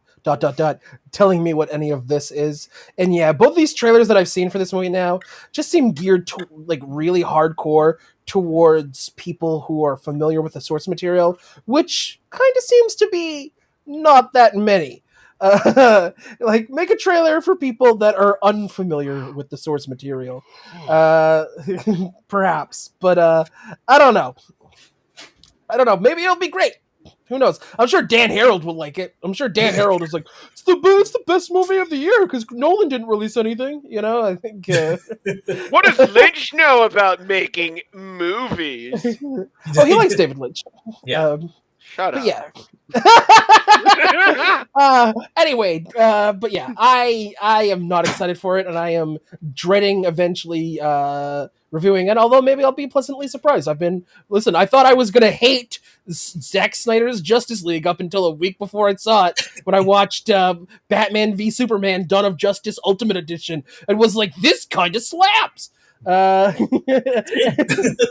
then Simply Bex wrote, "If you say Dan Harold 3 times in the camera, he'll be summoned. Don't do it. Bat Nerd Begins is going to pop up in chat. I promise you." You are willing him into this chat. But yeah, okay. Does anybody have anything else to say about Dune before we move on to my most anticipated trailer of Let's the do it. I don't know what it is. Oh, you know in your heart what it is, Jer. Okay, this is so this is an A24's. They're definitely trying to like play up, like their prestige horrors. That we talked about on our Saturday show. We did talk a lot about the prestige horror movies of A24, and literally I saw like one still image for this movie that was just a lamb in a flower crown, a la Midsummer poster. So they're really playing it up, but this looks absolutely bonkers, and I'm hoping it's as much of a blast as the trailer looks. Let's go. So just to catch up with the comments real quick, Simply Beck says, "Wait, is this another Midsummer?" And then Lucille said, "Yes, it's Midsummer 2, Lamb Boogaloo." And then Simply Beck said, "I saw a flower crown. I'm not convinced." So let's start with the man smoking marijuana right now. James, how does this look to you?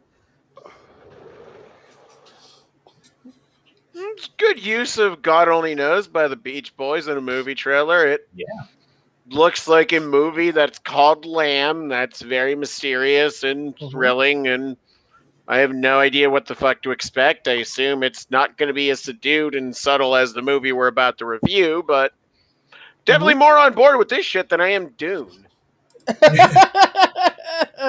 Me too, man. Me too. Jer, what do you think?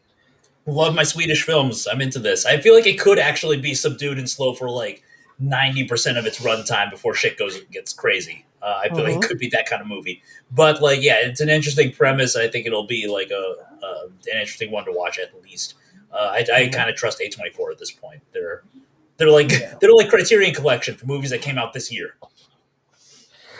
Yeah, I could see this being more Saint Maud. Saint Maud was very much that, where Saint Maud was extremely subdued for a good part of its runtime, and then gets crazy, in my opinion, way too late into the runtime. But I don't know. This looks like it's a far more interesting premise. It's somehow a lamb gets born that's like half human, but it has like a fully lamb head, and they put a flower crown on it because it's like, like Midsummer. And I don't know. This looks just bonkers. And again, just like you, JR, I trust A24 at this point. They have yet to steer me wrong, and we're actually reviewing one of their movies next week. We're doing The Green Knight, so so we'll see that. And that one is again another long gestating film from pre-pandemic era. Okay, does anybody have anything else they want to say about Lamb before we move on? Bah, yeah, hell yeah. I'm excited for that. I think it looks pretty cool, but obviously we will see. So this next one, me and Jay are going to argue about in a moment. Let's watch the trailer for. I'm gonna see which side I'm on. The Chucky TV series, coming October 12th to USA Network and Sci-Fi. The best of the worst of both worlds. Okay. Child's Play is my Ghostbusters, by the way. Everyone has a Halloween they'll always remember. And this is Jake's.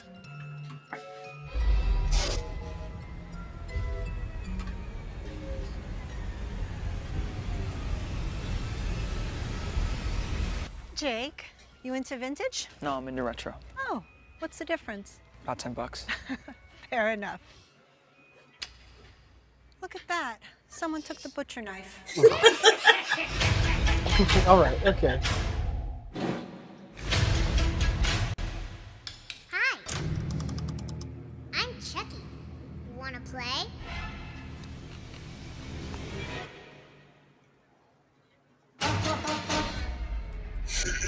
Jake, are you okay? I can't stand the sight of blood. Pussy.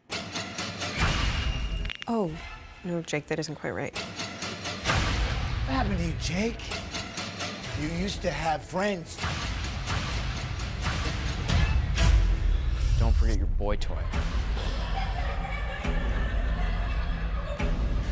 Okay. It's contagious, isn't it? Laughing at people. Well, guess what, dickheads? Now the joke's on you.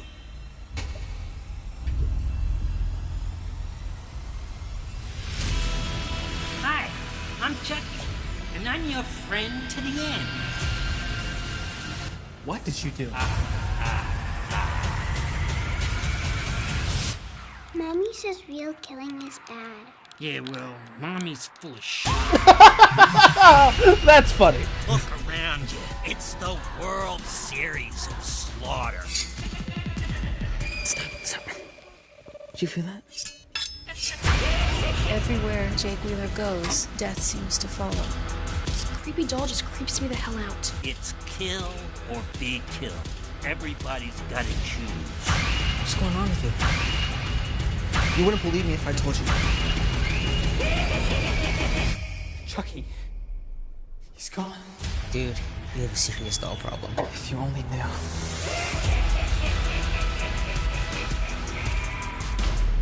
Hey, kid. I'm gonna go kill your sister. Wanna come? I'm sleepy. You snooze, you lose. Oof. I just.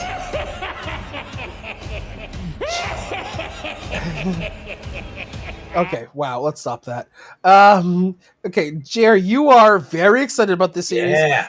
Please explain to me how you think that this could actually sustain multiple episodes. Okay, one, I agree with Lucille partially. I think like the CGI Chucky shots stick out real bad. Chucky, when she said Chucky's hair looks awful? Yeah, she said Chucky's hair looks awful, which is fair. I think the CGI versions stick out really badly, but the puppet versions look as good as ever. I think the thing about the Child's Play series is that they have had Don Mancini writing them, or in the later ones directing them for their entire run.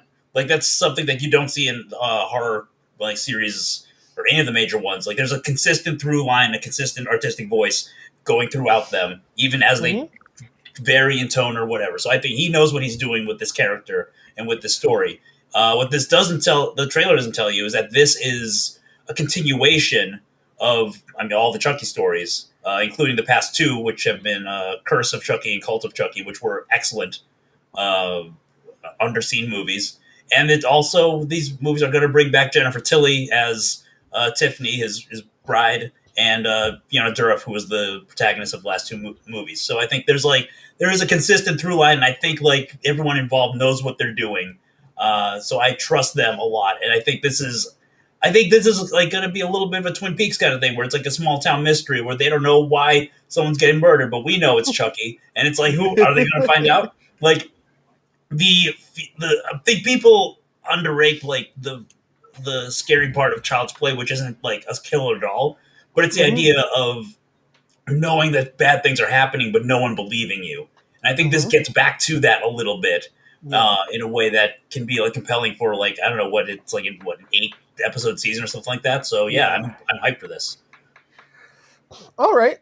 Okay, James, what do you think? I wasn't too super excited about the trailer until Jer said his piece. I knew about Don Mancini. I didn't know Dourif was going to be involved, or that it was going to be a continuation of what they did with Curse of and Cult of Chucky. But if this show ends up like tying together like Andy, the Kyle reveal at the end of Cult, and like, from the, I believe the premise of this, it does seem to be a little weird that this like mostly grown kid starts carrying around his talking doll everywhere. But I feel like they can do something interesting with that. If it is a continuation of Cult of Chucky, I'm all in on this series. Yeah. Chucky standalone, JPD. It's fine. I mean, I've never been into Child's Play. I don't even think I've seen a single movie of that. It's just never... 6 of the 7 are in our Vudu account now. And I saw that. Yeah. I did see that you had bought most of the Chucky movies for our account. So I mean, listen, if you want to get me, listen, I owe you because I've made you do far more Marvel episodes than you have made me do Fast and the Furious. It's like I've done 5 and you've done 3 seasons worth, right? Almost. Yeah. So if you want to do like a Chucky, the Chuckst and the Furious or whatever, and you want to make me watch every Chucky movie leading up to this Chucky TV show, I owe it to you, Jer. All right, we'll see. Because we got the Fast and the Furious coming up, and there's not going to be much time after that between then and October, I think. Yeah, and we're also going to be, I'm going to be going back to work soon, and we're going to see how that affects what I'm able to do on a weekly basis. Right. And also, Justin, I just want to say, if you are able to try to buy Child's tickets, you should be able to watch Child's Play. Oh, that's true. Okay, wait, we haven't told this story yet. Maybe we can save it for the pig review. We're gonna save it for the pig review. Yeah. Because I just wanted to get that out there when I saw the opportunity to load it and fire it off in the old chamber. Yeah, I'm a real piece of shit. Not even used to kind of thing. I'm currently my hair slicked back. I'm eating sloppy steaks, baby. Yeah. So okay, I want to try to get through 2 more trailers before we get to the review. All right. This next one. I haven't actually seen this specific trailer. It was a late ad. Josh Poirier, suggested it. It's a movie called Phil Tippett's Mad God. It's a motion horror movie. Okay. Apparently this dude's been working on this off and on for 20 years. So holy shit. Let's just check it out.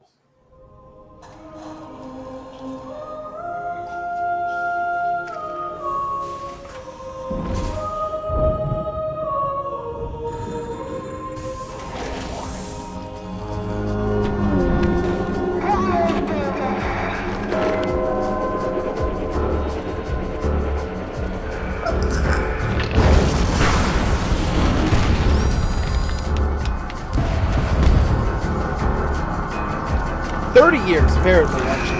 Wow. Looks great.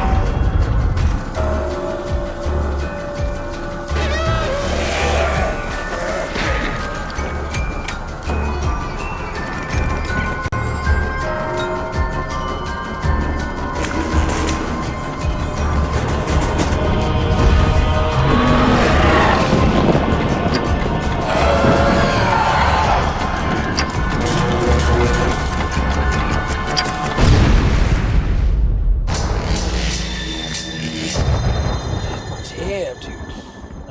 Yeah. Thank you, Josh. Yeah, thank you, Josh. Ooh, we could try Hulu free for 30 days. Yay. Straight into my veins. This looks rad. James, what do you think?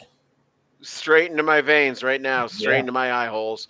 This looks like the closest thing I will ever see to like a Dark Souls movie. I think that's gonna be Dark Knight, actually, or the Green Knight. This weekend. No, I've seen the trailer for Green Knight and I've seen Mad God trailer. It's gonna be Mad God. All right, okay, sure, why not?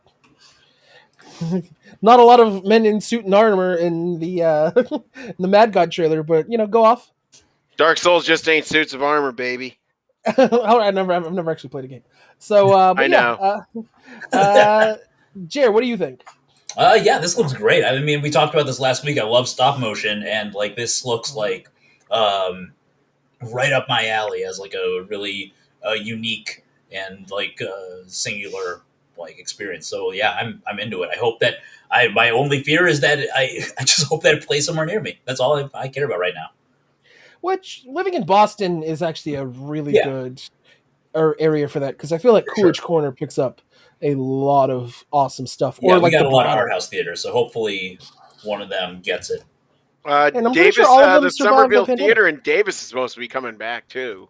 Oh, really? Wow, Nice. I didn't even I'm know that. happy about I think that. they but they're added like a also- ballroom. I hate their seats though. I like them a lot, but they also kind of are like an art house theater that plays a lot of like big screen, like a big like like mainstream stuff. It's kind of weird, but like I like their vibe. But it's I mostly know them. I've seen Hateful Eight there, and I was supposed to see Parasite, but that was sold out, so I went to go see The Lighthouse there instead. Oof, both great choices.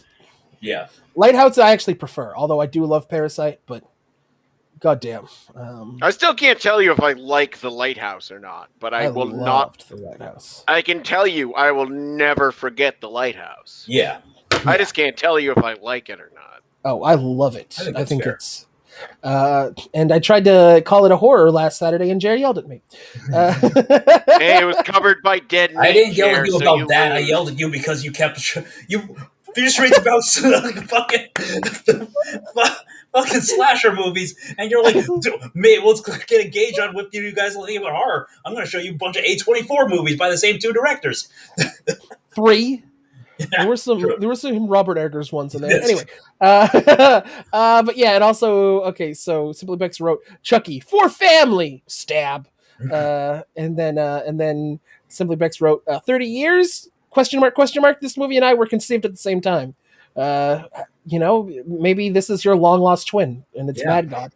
I think this movie. Back to the movie itself. This movie looks hype. I mean, this doesn't even look like. This isn't even giving me 80s vibes. This just looks like it's from the 80s or 90s. I mean, it just looks like this movie just never got released back then and is now finally getting released. I think this looks absolutely brilliant, and I'm hoping it's as good as it looks. But this dude has been laboring over it for 3 decades. So I hope for his sake. Holy shit! But yeah, let's move on to our final trailer. And did either of you watch the show Dexter? I watched 2 episodes. I only watched the first season. Wow. Okay. I mostly know it for surprise, motherfucker. Yeah. So this, obviously we all know how the show Dexter ended, right? I mean, it's one of those iconic, terrible endings to a series. And I'm going to spoil the ending of Dexter. It's been 10 years. Fuck you.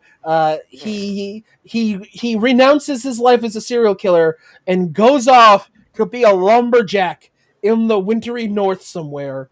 some northern town in America.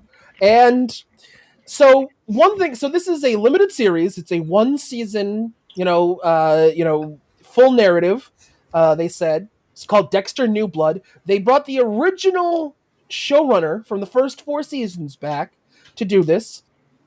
He is embracing the lumberjack angle. It is not going to retcon anything. It seems it's just going to be dropping Dexter into this town. Also, a fun little nod to the writer of the original novels. The name that Dexter's calling himself now is Jim Lindsay, who Jeff Lindsay is the guy who wrote the books. I read the first 2 Dexter books. They were fantastic. I heard the 3rd one sucked. So even in book form, this theory, like this concept can't like really go that long. But here we go. Hopefully it'll go a 9th season. Let's do this. So, how are you feeling right now? Well, it's been a whirlwind. I've always had my demons, and so I went away. What's up, Jumbo? Hey, Mr. Lindsay. But sometimes I have an urge too strong to ignore. Oh, easy there. What is the problem? Yeah, I kind of have a thing about blood. Every day I walk through this world, faking it. Knowing if someone knows who I am, that's it.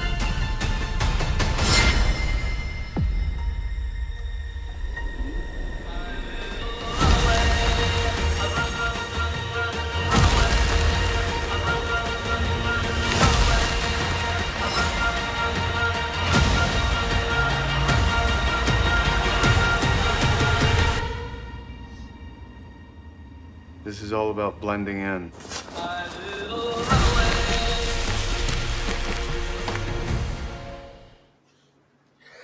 So yeah, so that is the trailer for the 9th season of Dexter, called Dexter: New Blood. And how do we think that looks, Jer? It looks. I hope it's good. Like, I hope it's worth bringing back this character. Like, just because the series ended on such a bad note for so many people. I don't know who's like excited to see it come back and try again. Like, but sure. Sure. What do you think? What do you think, James? Oh. Fart? Wait, I'm sorry. What did you say? Fart? I have no feeling towards that whatsoever. It made me feel nothing. Yeah. I just want to talk about pig. I mean, I get you. I got you. Yeah. Well, I'll just say this. I mean, it definitely, knowing that like the original crew, is kind of back for this, right? Like the original creator is back. You got Michael C. Hall, which I've talked about this a bit on the show. My brothers just recently watched all of 6 Feet Under again. Michael C. Hall's the show that made Michael C. Hall, gave him the gravity as an actor to get cast as Dexter in the first place. And his character David is one of my favorite television characters of all time. The dude is a phenomenal actor. I definitely think like he kind of had, the Dane Cook or the Coldplay effect when he became Dexter. He became a little bit too big, too fast, and I think he got kind of typecast as a role because he really hasn't done a ton outside of Dexter since. He's done a couple things that did not look great. He's actually in an indie horror or an indie thriller that we saw the trailer for last week, and didn't have a line in the fucking trailer, which was weird. But so I don't know. I don't know. I don't know if I got it because I've never actually watched the show Dexter. I read the first 2 books. I watched the first season of the TV show. I tapped out. I know, according to my brothers, that the 4th season is one of the best seasons of television ever, partially because John Lithgow plays, I believe, the Trinity Killer in that season. And I know that spoiler alert, this is just was an announcement I saw. John Lithgow has been confirmed to appear in this season. He has filmed scenes for the season, presumably either a flashback or, as kind of a vision Dexter sees, because I haven't seen the season. I know what happens. Yeah. But we got Lucille in the chat right now. It was great up until the last episode, really. I'm excited to see this new project. So because my brothers have said the seasons 5 through 8 is where it really just drops the fuck off. I want to say it would be fucking hilarious if they brought back the original showrunners but replaced Michael C. Hall. That'd be great. And then Simply Bex wrote, if I cared about Dexter, I would have been balls to the wall hype. But Fart is probably the best review.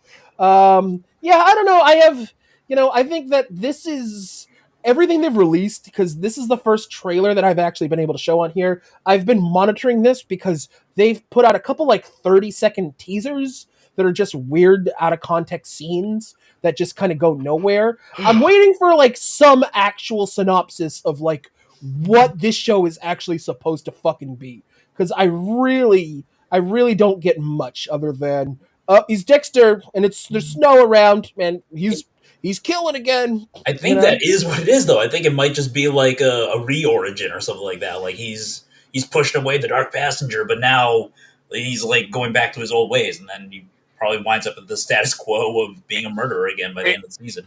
Seems like there's going to be the twist where he ends up doing his old thing because he was a killer who hunted other killers. So there's a killer who shows up and he comes out of retirement or whatever, and then eventually the police find out he's didn't die in a storm, so they come for him, and I don't know, he jumps out of a drain pipe over a waterfall while Tommy Lee Jones chases him. Yeah, something like that. Also, Lucille quoting Rick and Morty in the comments. Here I go, kill it again. Oh boy! Great Andy Daly performance. Great, classic Andy Daly performance. So I don't know if that's really if it's just another season of Dexter. Oh, guess what? There's a serial killer on the loose. You know how serial killers are always just on the loose in small towns. I don't know. Man. I'm very less stoked. It's something that if the reviews of this were like, oh my god, Dexter's back to form, and it's a season to rival the 4th season, I might just give the whole show a chance again. But we will see. And then Lucille wrote, but now he's in a snowy small town. LOL. Okay. So Dexter. Also, when did he go from lumberjack to running a gun store? You can do both. Yeah, you could. He's a part-time lumberjack. Lumberjack in America, if you're running a gun store, you have to be there selling guns to scared white people 10 hours a day at least. Yeah, when does the lumberjacking time happen? On the other days. Yeah. Lumberjacking selling is very guns tiring. is a 7-day-a-week business in America, especially in that he's a place. part-time lumberjack. Yeah. It's the gig economy. You're not a part-time lumberjack. You're either in it or you're out, Jack. All right. Okay. Let's move on. So I don't even think you've been near a tree. So what we're gonna do is we're gonna play one scene from the movie Pig. We're gonna play the restaurant scene, which might be my favorite scene of the movie, but it doesn't spoil anything. For those of you who've never seen Pig, it's the movie we're about to review. Nick Cage is looking for his pig. His pig was stolen from him. He was attacked. You can see that by the fact that he doesn't wash the blood off his face at all in the movie. And now he's in a restaurant asking a dude, whether or not he knows where the pig is. And it leads to one of my favorite monologues I've ever heard Nick Cage deliver. Obviously we all just saw the movie on Sunday together. If you don't want to watch the scene, you can go run to the bathroom or whatever. I'm going to tuck everybody behind, and then we're going to watch a scene from Pig. And if you're at home, watch the scene. It's great. Here we go.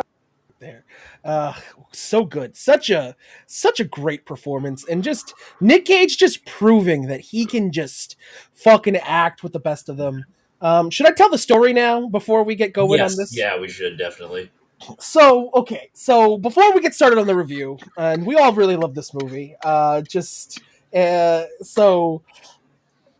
a few years ago, back when A Quiet Place was in theaters, back when I was still doing stand-up, I went to see A Quiet Place with my then girlfriend, now fiance Emily, and Will Noonan, very popular Boston comedian Will Noonan, was also in the audience. And then him and I were talking after the movie. We didn't coordinate it. He was just happened to be at the same showing. But we were talking, and when we're talking about, I think somehow naturally the conversation got to how expensive ticket prices were. Obviously, this was pre-pandemic, and he said that, yeah, that's why I always buy a kid's ticket. And I was like, what? And he goes, yeah, I buy a child ticket. Whenever I'm going out to see a movie, they never check. These people hate their jobs. Why would they check? So for years, I've been buying child's tickets and never got called on it. Never once. Never once. Okay? I've done this shit like 25 times since then. I have always, especially because I go to the AMC in South Bay, and it's just like just black teenagers that just want to be fucking and don't want to be working at an AMC. So they just scan you and you just go through. But last Sunday, when we show up for the 3:15 showing at Boston Common, me, Chair's fiance Alyssa, James and his friend. What was your friend's name again? I'm so sorry. Derek, James's friend Derek.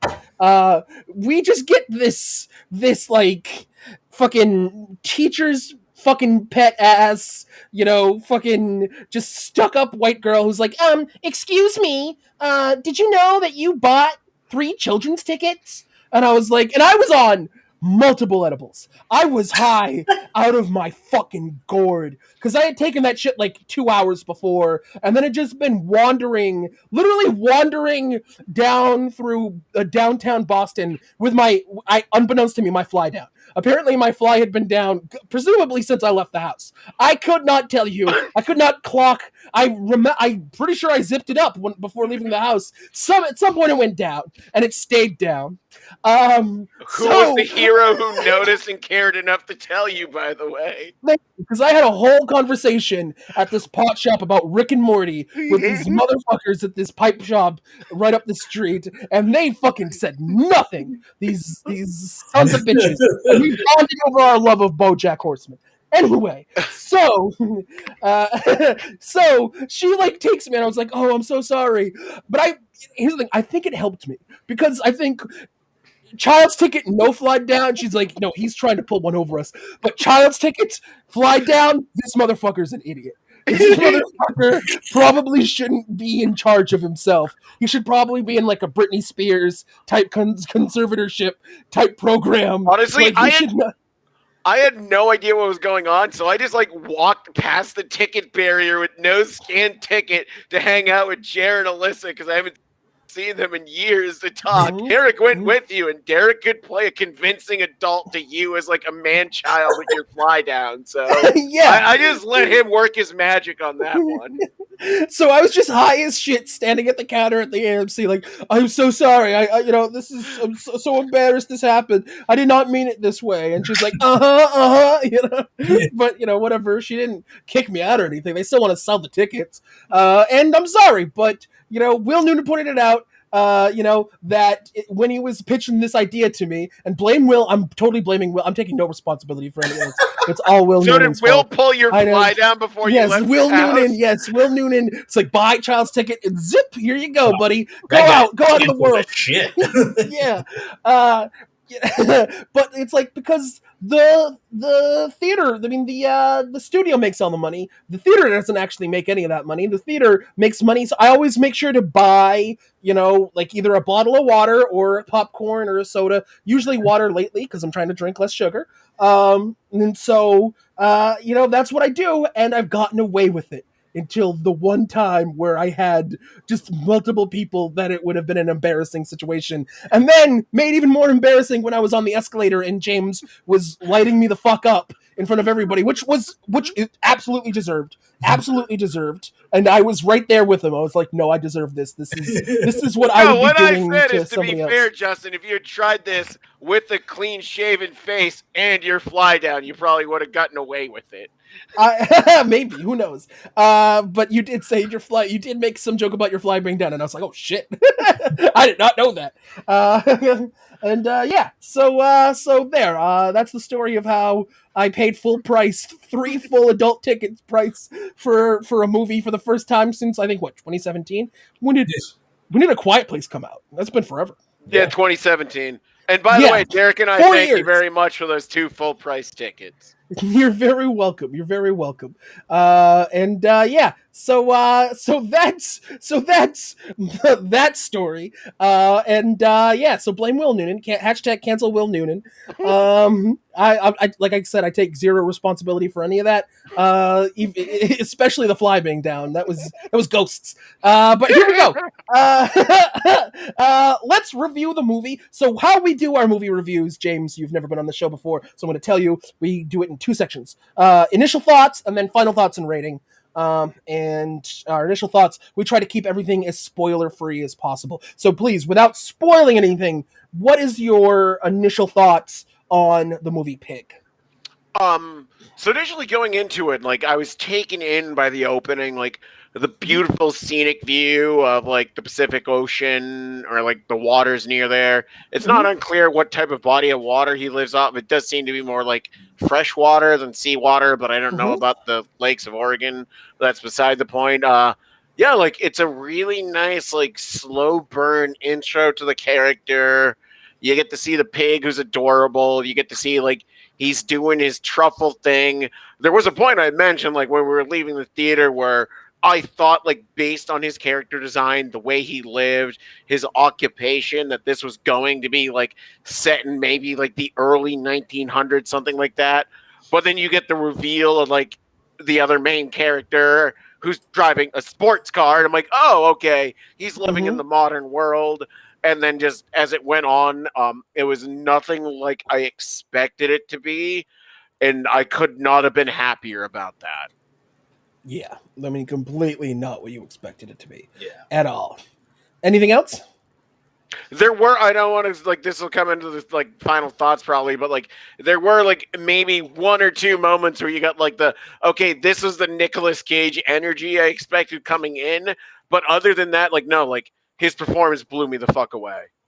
Fantastic performance, yeah, definitely. And I think he is very deserving of an Oscar nomination, for sure. And also, as a side note, when I was looking up the other, like, because a lot of other people, like, thinking about it, like, I'll touch more on final thoughts, like, Amir grew on me a lot more. And, like, let's get from Hereditary. I was really trying to come up with the guy from that restaurant scene who I don't know from anything. And then Darius, the father, played by Adam Arkin, who I looked through his IMDb, and the only thing I know him from, and as I referenced this show after I called you for having your fly down, because I mentioned I just pick up on details, is Monk, because Adam Arkin played one iteration of the recurring villain, Dale the Whale. Interesting. Did not so know that's that. my initial thoughts. They're not completely coherent, but that's how my brain works. All right, okay. Jer. Yeah, I love this movie, man. I love, like James was talking about the atmosphere. I love how, like, it opens with the wide open nature of his surroundings, and then slowly reveals, his situation. He's lived out there in the woods collecting truffles and selling them to Alex Wolff's character Amir, who's kind of a millennial, like, trust fund kid who's just kind of trying to break into the restaurant business.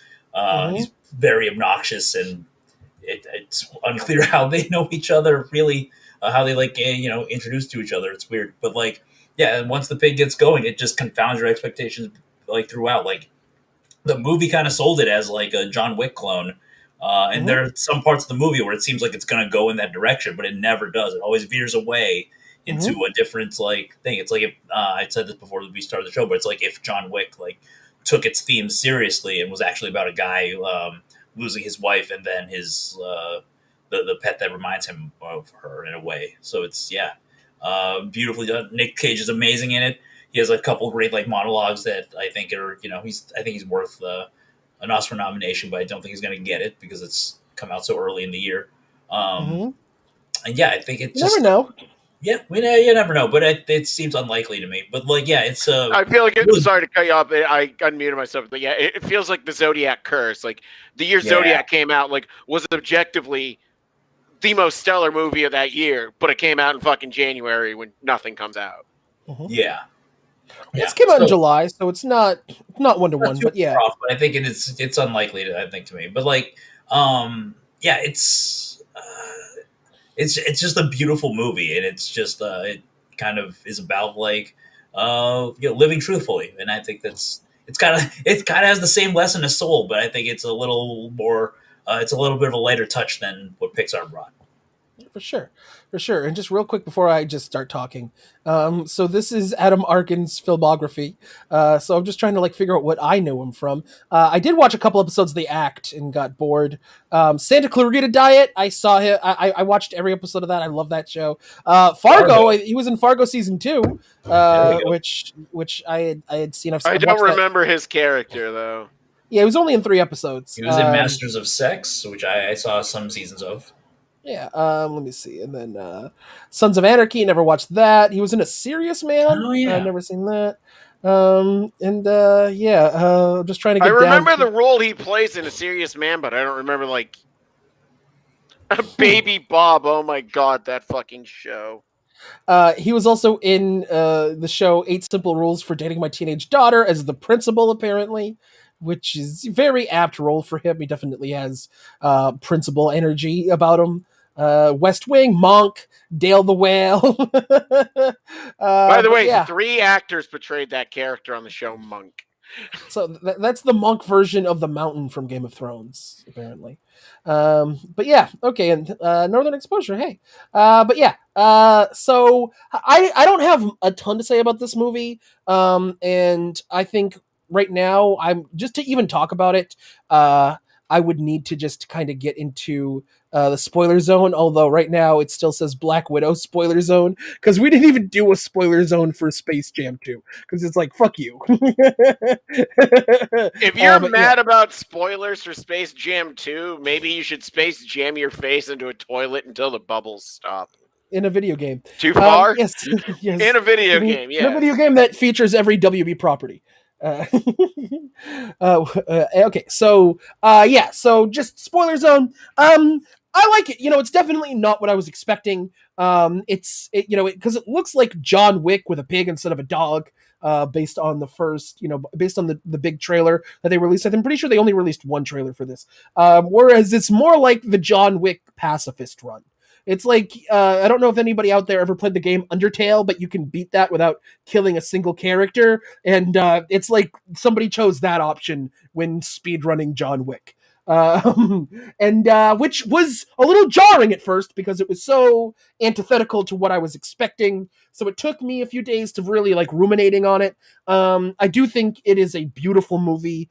I definitely think that, you guys have already kind of touched on everything, I feel, but just want to reiterate, Nick Cage is doing some of his best work in years, and I've loved Nick Cage. I thought he was great in Mandy. I thought he was amazing in the movie Color Out of Space. It's a horror movie, and if you have the chance to see Color Out of Space, holy fuck, watch Color Out of Space. That is a fucking mindfuck blast. And I thought he was Oscar worthy here. I think there's a scene near the end where he breaks down, because spoiler alert, never fucking finds the pig. He never finds the pig, and that really hurt my feelings. That really broke my heart. And then but when he finds out that the pig's like dead, he just like breaks down and starts crying. And really felt it. I mean, like literally felt it.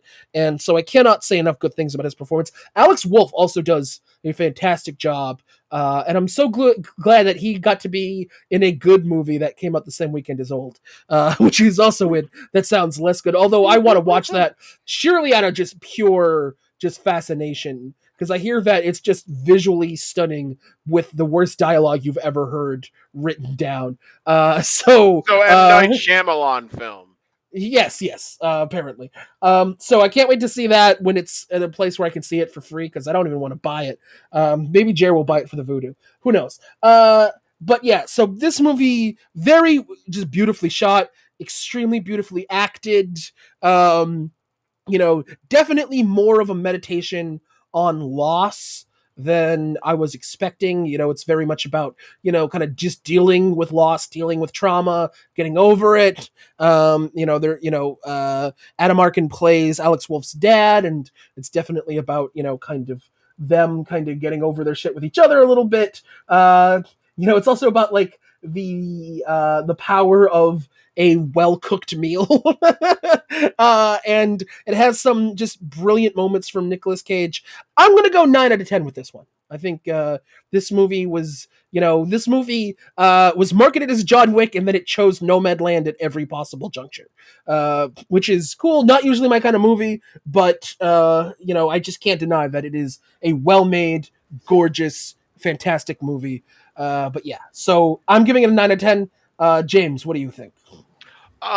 Yeah, so like, I mean, everybody has their John Wick comment. I told you guys mine. It's like, this is like if John Wick went on a rampage of empathy. Because like, again, that restaurant scene you pulled, like, he is deconstructing this guy who's like this pretentious chef, but like there's no malice in it. Like, this is a person he knew for maybe 2 months and fired them for faults, but still like remembered their dreams vividly, and it's just like disappointed with what they've decided to do with themselves. And like the way they build up like the character's mythology into the reveal, like, which is the most jarring scene we saw, was like that weird underground fight club thing where like you finally see like what the deal is with this guy. And that is, you're expecting him to like get his ass beat, but he writes his name so people know who he is. And like this random like small dude steps up to him, and you're like, okay, so he's just gonna like kick his ass, but like no, he just lets the small dude wail on him, and then you look at like that dude, like who seems to be some sort of like either busser or host, just wailing on him, and like the look he gives this particular guy, it's like you see the history there. And like you see that like Nick Cage's dude fucked this guy over, and this guy finally gets that opportunity, and Nick Cage sees that he has it coming and lets it happen and wears that with him for the rest of his journey. And then like it becomes like we were talking, like it's about like the meditation of loss, and even before he's aware he's lost this pig for good and the quest to find her, his solution is he realizes that like Amir, who we don't know how he found him, and like when he found him, he doesn't realize that this is a guy he's been looking for his entire life because of that one meal his parents actually enjoyed, which is like, there's so much to discuss with Amir. Like, how much time do I have? Because I'll leave that to Jer, I guess, but like, just like, I mean, you can. I mean, if there's anything you want to say about that, go for real. It's just like, because it ends up being like Nicolas Cage has is his only real contact is this like rich, spoiled young kid who doesn't like really know what he's doing, but just kind of, we don't know how, stumbled upon him, and through like story dialogue and their time together, because like this is his one contact to get into the city to find his pig. Like, you start to learn about Amir, and he talks about his parents always going out for date nights and always coming back mad, except for one particular dinner. And then, like, throughout the time, you realize that Nicolas Cage is the chef who cooked that dinner. And when you first, like, that scene in his, like, penthouse where Nick Cage doesn't shower in a penthouse, when he very well could, when Amir is telling him this story, and it also mentions he burnt the French toast and doesn't really know how to cook. And then they go on this journey that ultimately leads to Amir's dad, because that's who's responsible for the pig's kidnapping. Spoiler zone! And then their solution is, not only does like Nicolas Cage recreate that one meal that tied them all together as a family for that one night, because, just like with that chef, he remembers every meal he served to every customer, and they're all people he cares about because they're a part of him. Because he feels connected to everybody he serves, because that is what he exists to do as a chef. And then not only does he recreate the meal, but like, as you see along the way, he teaches Amir how to cook. And like Amir actively takes place in this recreation, so Amir has his level of agency and like character growth, and even through dealing with further loss, like Nicolas Cage's Dude repairs a father-son relationship that's severely damaged. Yeah, I also think Rampage of empathy. Again, I state Rampage of Empathy, which would be a great name for like an album. Maybe when you get back into stand-up, what was the name of the album that I always said you wanted me to call it Grundle Rash. So yeah, well, after you release your debut album, Grundle Rash, Rampage of Empathy should be the follow-up. I also kind of love that the blood on Nicolas Cage's face that grows, because he gets it initially when the pig is stolen from him, and then when he gets the shit beat out of him, he wakes up and his like head's kind of stuck to the yeah, and he keeps it on him and he doesn't wash it off until the very end of the movie, and it's very very much a metaphor for all the shit that he's carrying with him, and then by the end of the movie he's finally ready to let go of that shit, wash his face. It is a metaphorical cleansing. It's like and then he can listen to the tape of his dead girlfriend or wife or whatever singing a Bruce Springsteen song at him, which I thought was funny because I've always thought that song was mega cringe, but works in the context of this movie, and also works that somebody Nicolas Cage's age would like it. So I thought that was cool. Also, Simply Bex in the comments, who went and saw it on Monday on my recommendation and apparently sobbed the whole time, said it felt like Pig and John Wick were telling the same story from two very different genres. Who needs therapy when you could have a private chef? And the focus is so much on Feld's loss, but through the movie he's learning about everyone who also lost him.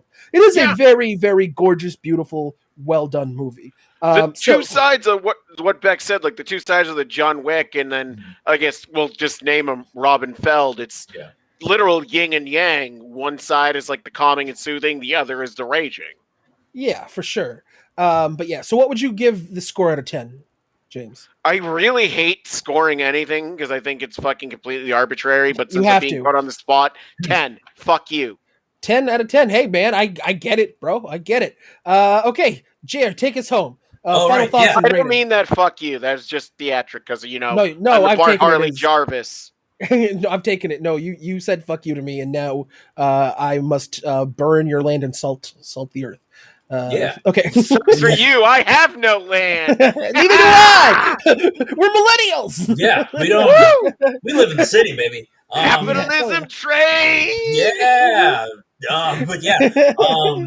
I think it's such a great performance by Nick Cage because we've seen him be intense so much that when he pulls it in, like you just feel it like under the surface, like you're ready for it to come out, but it never. It comes out a couple times. A couple times, yeah. Just a couple like tiny moments, but not like a lot. And it's it brings so much presence and so much pathos to his character. It informs so much of everyone's reaction to him.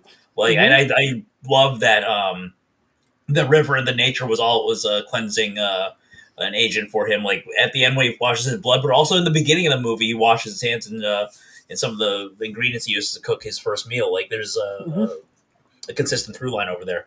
I think, I love how there's like a parallel between his loss of just, we can debate if going into the woods and becoming a fucking complete hermit is a healthy way to deal with grief. But there's a definitely parallel between him losing his wife and Adam Arkin's character, like just holding on to like the husk of his wife's like attempted suicide, that he's just leaving her like up on tubes, and Amir's just heartbroken. Like that scene with Amir, man. Yeah, he's just like outside his door, like talking to her and just like begging, just asking her, unresponsively if wouldn't it be better if like she just died? And it's just so heartbreaking. And even when they find out that the pig died, I was like, I've seen the movie twice now, and like I teared up, like almost crying like both times, because it's just like you can feel the emotions of this movie so much. Like you go on this journey of it's like a kind of like a reverse Odyssey in a way, because this is Robin Feld coming back to the city and just going back to old haunts and seeing like what has become of everything without him. Like he goes back to the shop that, yes, we all wanted her to be so much. Like Beck says, like he goes back to the house that he used to live in and like wonders about symmetry that doesn't exist anymore. He goes back to the bakery that he owned with his wife, and it's like it's a bakery, or it was a restaurant. It was his restaurant, yeah. Yeah, now it's a bakery because the person he gave it to when he left, like, is a baker and he's a chef, and he like approves of her changing it and making it more her, which is part of the lesson of the movie. That was another thing. I'm sorry to to agree. Like that goes on like how empathetic like this character is like, and it ties back into the restaurant thing because like she didn't try to be him with her own thing. She adjusted it to her. She wasn't trying to be this pretentious guy who really wanted to be an English pub runner. She was a baker who ran a bakery, and beautiful scene. Like that is one of the ones I'd like kind of let slip out of my mind. Thank you for bringing it up. But that scene was just beautiful. And like just to go with like to Becky's comment that we knew the pig wasn't alive, but we wanted her to be so much. It's like I think it's kind of summed up in that conversation that they have at the end of the diner where Robin says something along the lines of like, if I had never gone looking for her, I could have just thought that she'd be alive. But Amir's like, but she wouldn't be. And they like kind of just agree on that. And that's like kind of where they leave. It's just a beautiful, like deeply felt movie that I loved a lot. I will give it a 9.5. Damn. 9.5. What do you think is keeping you from the full 10? Little slow, and the cinematography is a little bit samey throughout. Despite, it's like such really minor things. It essentially is a 10, but like I'm holding off. Yeah, I got. I jumped the gun on the 10 for the show, didn't I, Jared? No, if you feel in your heart, listen, James. I gave Psycho Gorman a 10, and I stand by that. If you feel in your heart that something's a 10, if you had a 10 experience watching it, I also feel like that movies change with context. So I feel like every time I view a movie that is like a new, I gotta like issue a new rating for it. I don't know, and sometimes it's the same. I spent so much time on the Rotten Tomatoes forums, which is how like that's a decent percentage of like the Shushy's crowd. I just gotten so fucking burned out on numerical or alphabetic rating systems. It's just like you love something or enjoy it or what the fuck have you.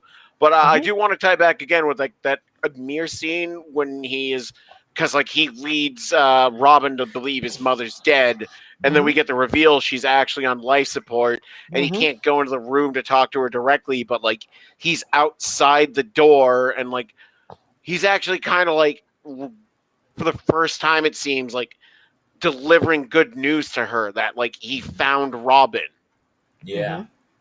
Like he found the guy from that one night, and then you get the nurse coming in and opening the door, and he stands outside and kind of glances in and just I think I'm being a prick about this rating. I'll give it a 10. I'll up it to a 10. Oh shit. Look at that. Mullan magic. Let's hashtag it. Hell yeah. The second JR 10 on this show. The second JR 10. Yeah. What was the first? Minari. Makes sense. As I mentioned, I still have a screener of that. Because one of my customers somehow is in the Screen Act or like the Cinema Guild or whatever. So he got a shitload of Golden Globe screeners, and the ones he gave me Minari, Promising Young Woman, Borat 2, and Judas and the Black Messiah. Each and every one of those worth watching. Oh, for sure. Well, I'm going on vacation soon. I won't have my PlayStation 5 to distract me, but I'll have my laptop, which I'm hoping has a disc drive. Oh, nope, it doesn't have a disc drive. Oof. I gave Judas and the Black Messiah a 10 out of 10, actually. I really did we ever understand how that both lead actors got nominated for Best Supporting Actor? No, but other I than was just racism? happy. Have we figured out an answer other than that? I'm sorry to cut you off, but I want to know. Is there an answer other than that? I think that they thought that I thought everybody thought that what's his name was a lock for best actor. Chadwick Boseman was a lock. So I think it was just the choice. They were trying to get either of those dudes an Oscar win. And I mean, and to be fair, Daniel Kaluuya is absolutely a supporting character in that movie. There's like a whole like 45 minutes of that movie where he is not on screen. Well, because Lakeith Stanfield plays the Judas. Yeah, exactly. So and him winning, I think, is a tremendous plus, because I thought he absolutely deserved it based on all the movies Yeah. I had seen that year. Anyway, so that is our review of the movie Pig. Thanks to everybody for who stuck around. Simply Bex, mostly Simply Bex. Also Lucille, Sybil Enigma was here for a moment. I'm not sure if Esteban Stevens jumped in at one point. And I'm sure I'm missing somebody. But yeah, so see y'all next time. So one last time, James, please, before we go, please promote your shit.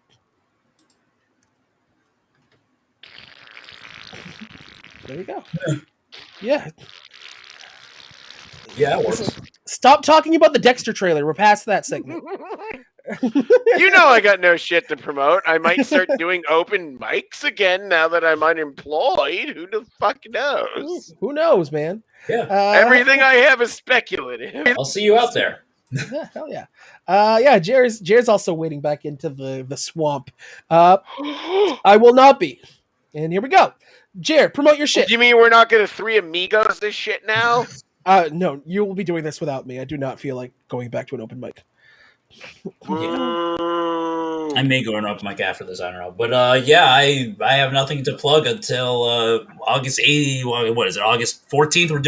We're resuming the Vax and the Furious, and I'm also here every Wednesday at 8 until at 6 until a couple weeks from now. We'll let you know when we switch over to a Tuesday at 7 time slot. Yeah, which is going to be in a couple weeks. We're going to be moving to Tuesdays at that's 7. Why I thought this was going to be at 7. You didn't know that. You didn't know that was as happening. Excuse. I just did. What the fuck are you two going to do about it? Literally nothing.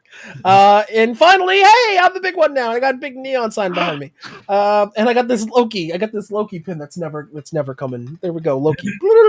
I've been paying attention to that the entire show without saying anything. So that's like 2 hours and 40 minutes of restraint on my part. So what's my prize? You got to do the show. Yay! It's over. I'm not satisfied. That's fine. I bought you a ticket to a movie. You gave it. That's fair. So I'm kidding. I love both of you guys. You know that. So tomorrow night, 7 p.m. Eastern time. This week in nerd stuff. Last week was we called it the Dawn Dupree show. Tomorrow, I don't know what we're gonna call it. A week from tomorrow, we're gonna call it Dawn to Watch. And talk even more about Kanye West, which isn't good for people tuning in on this channel, but it's just good for me, just kind of getting it all out of my system.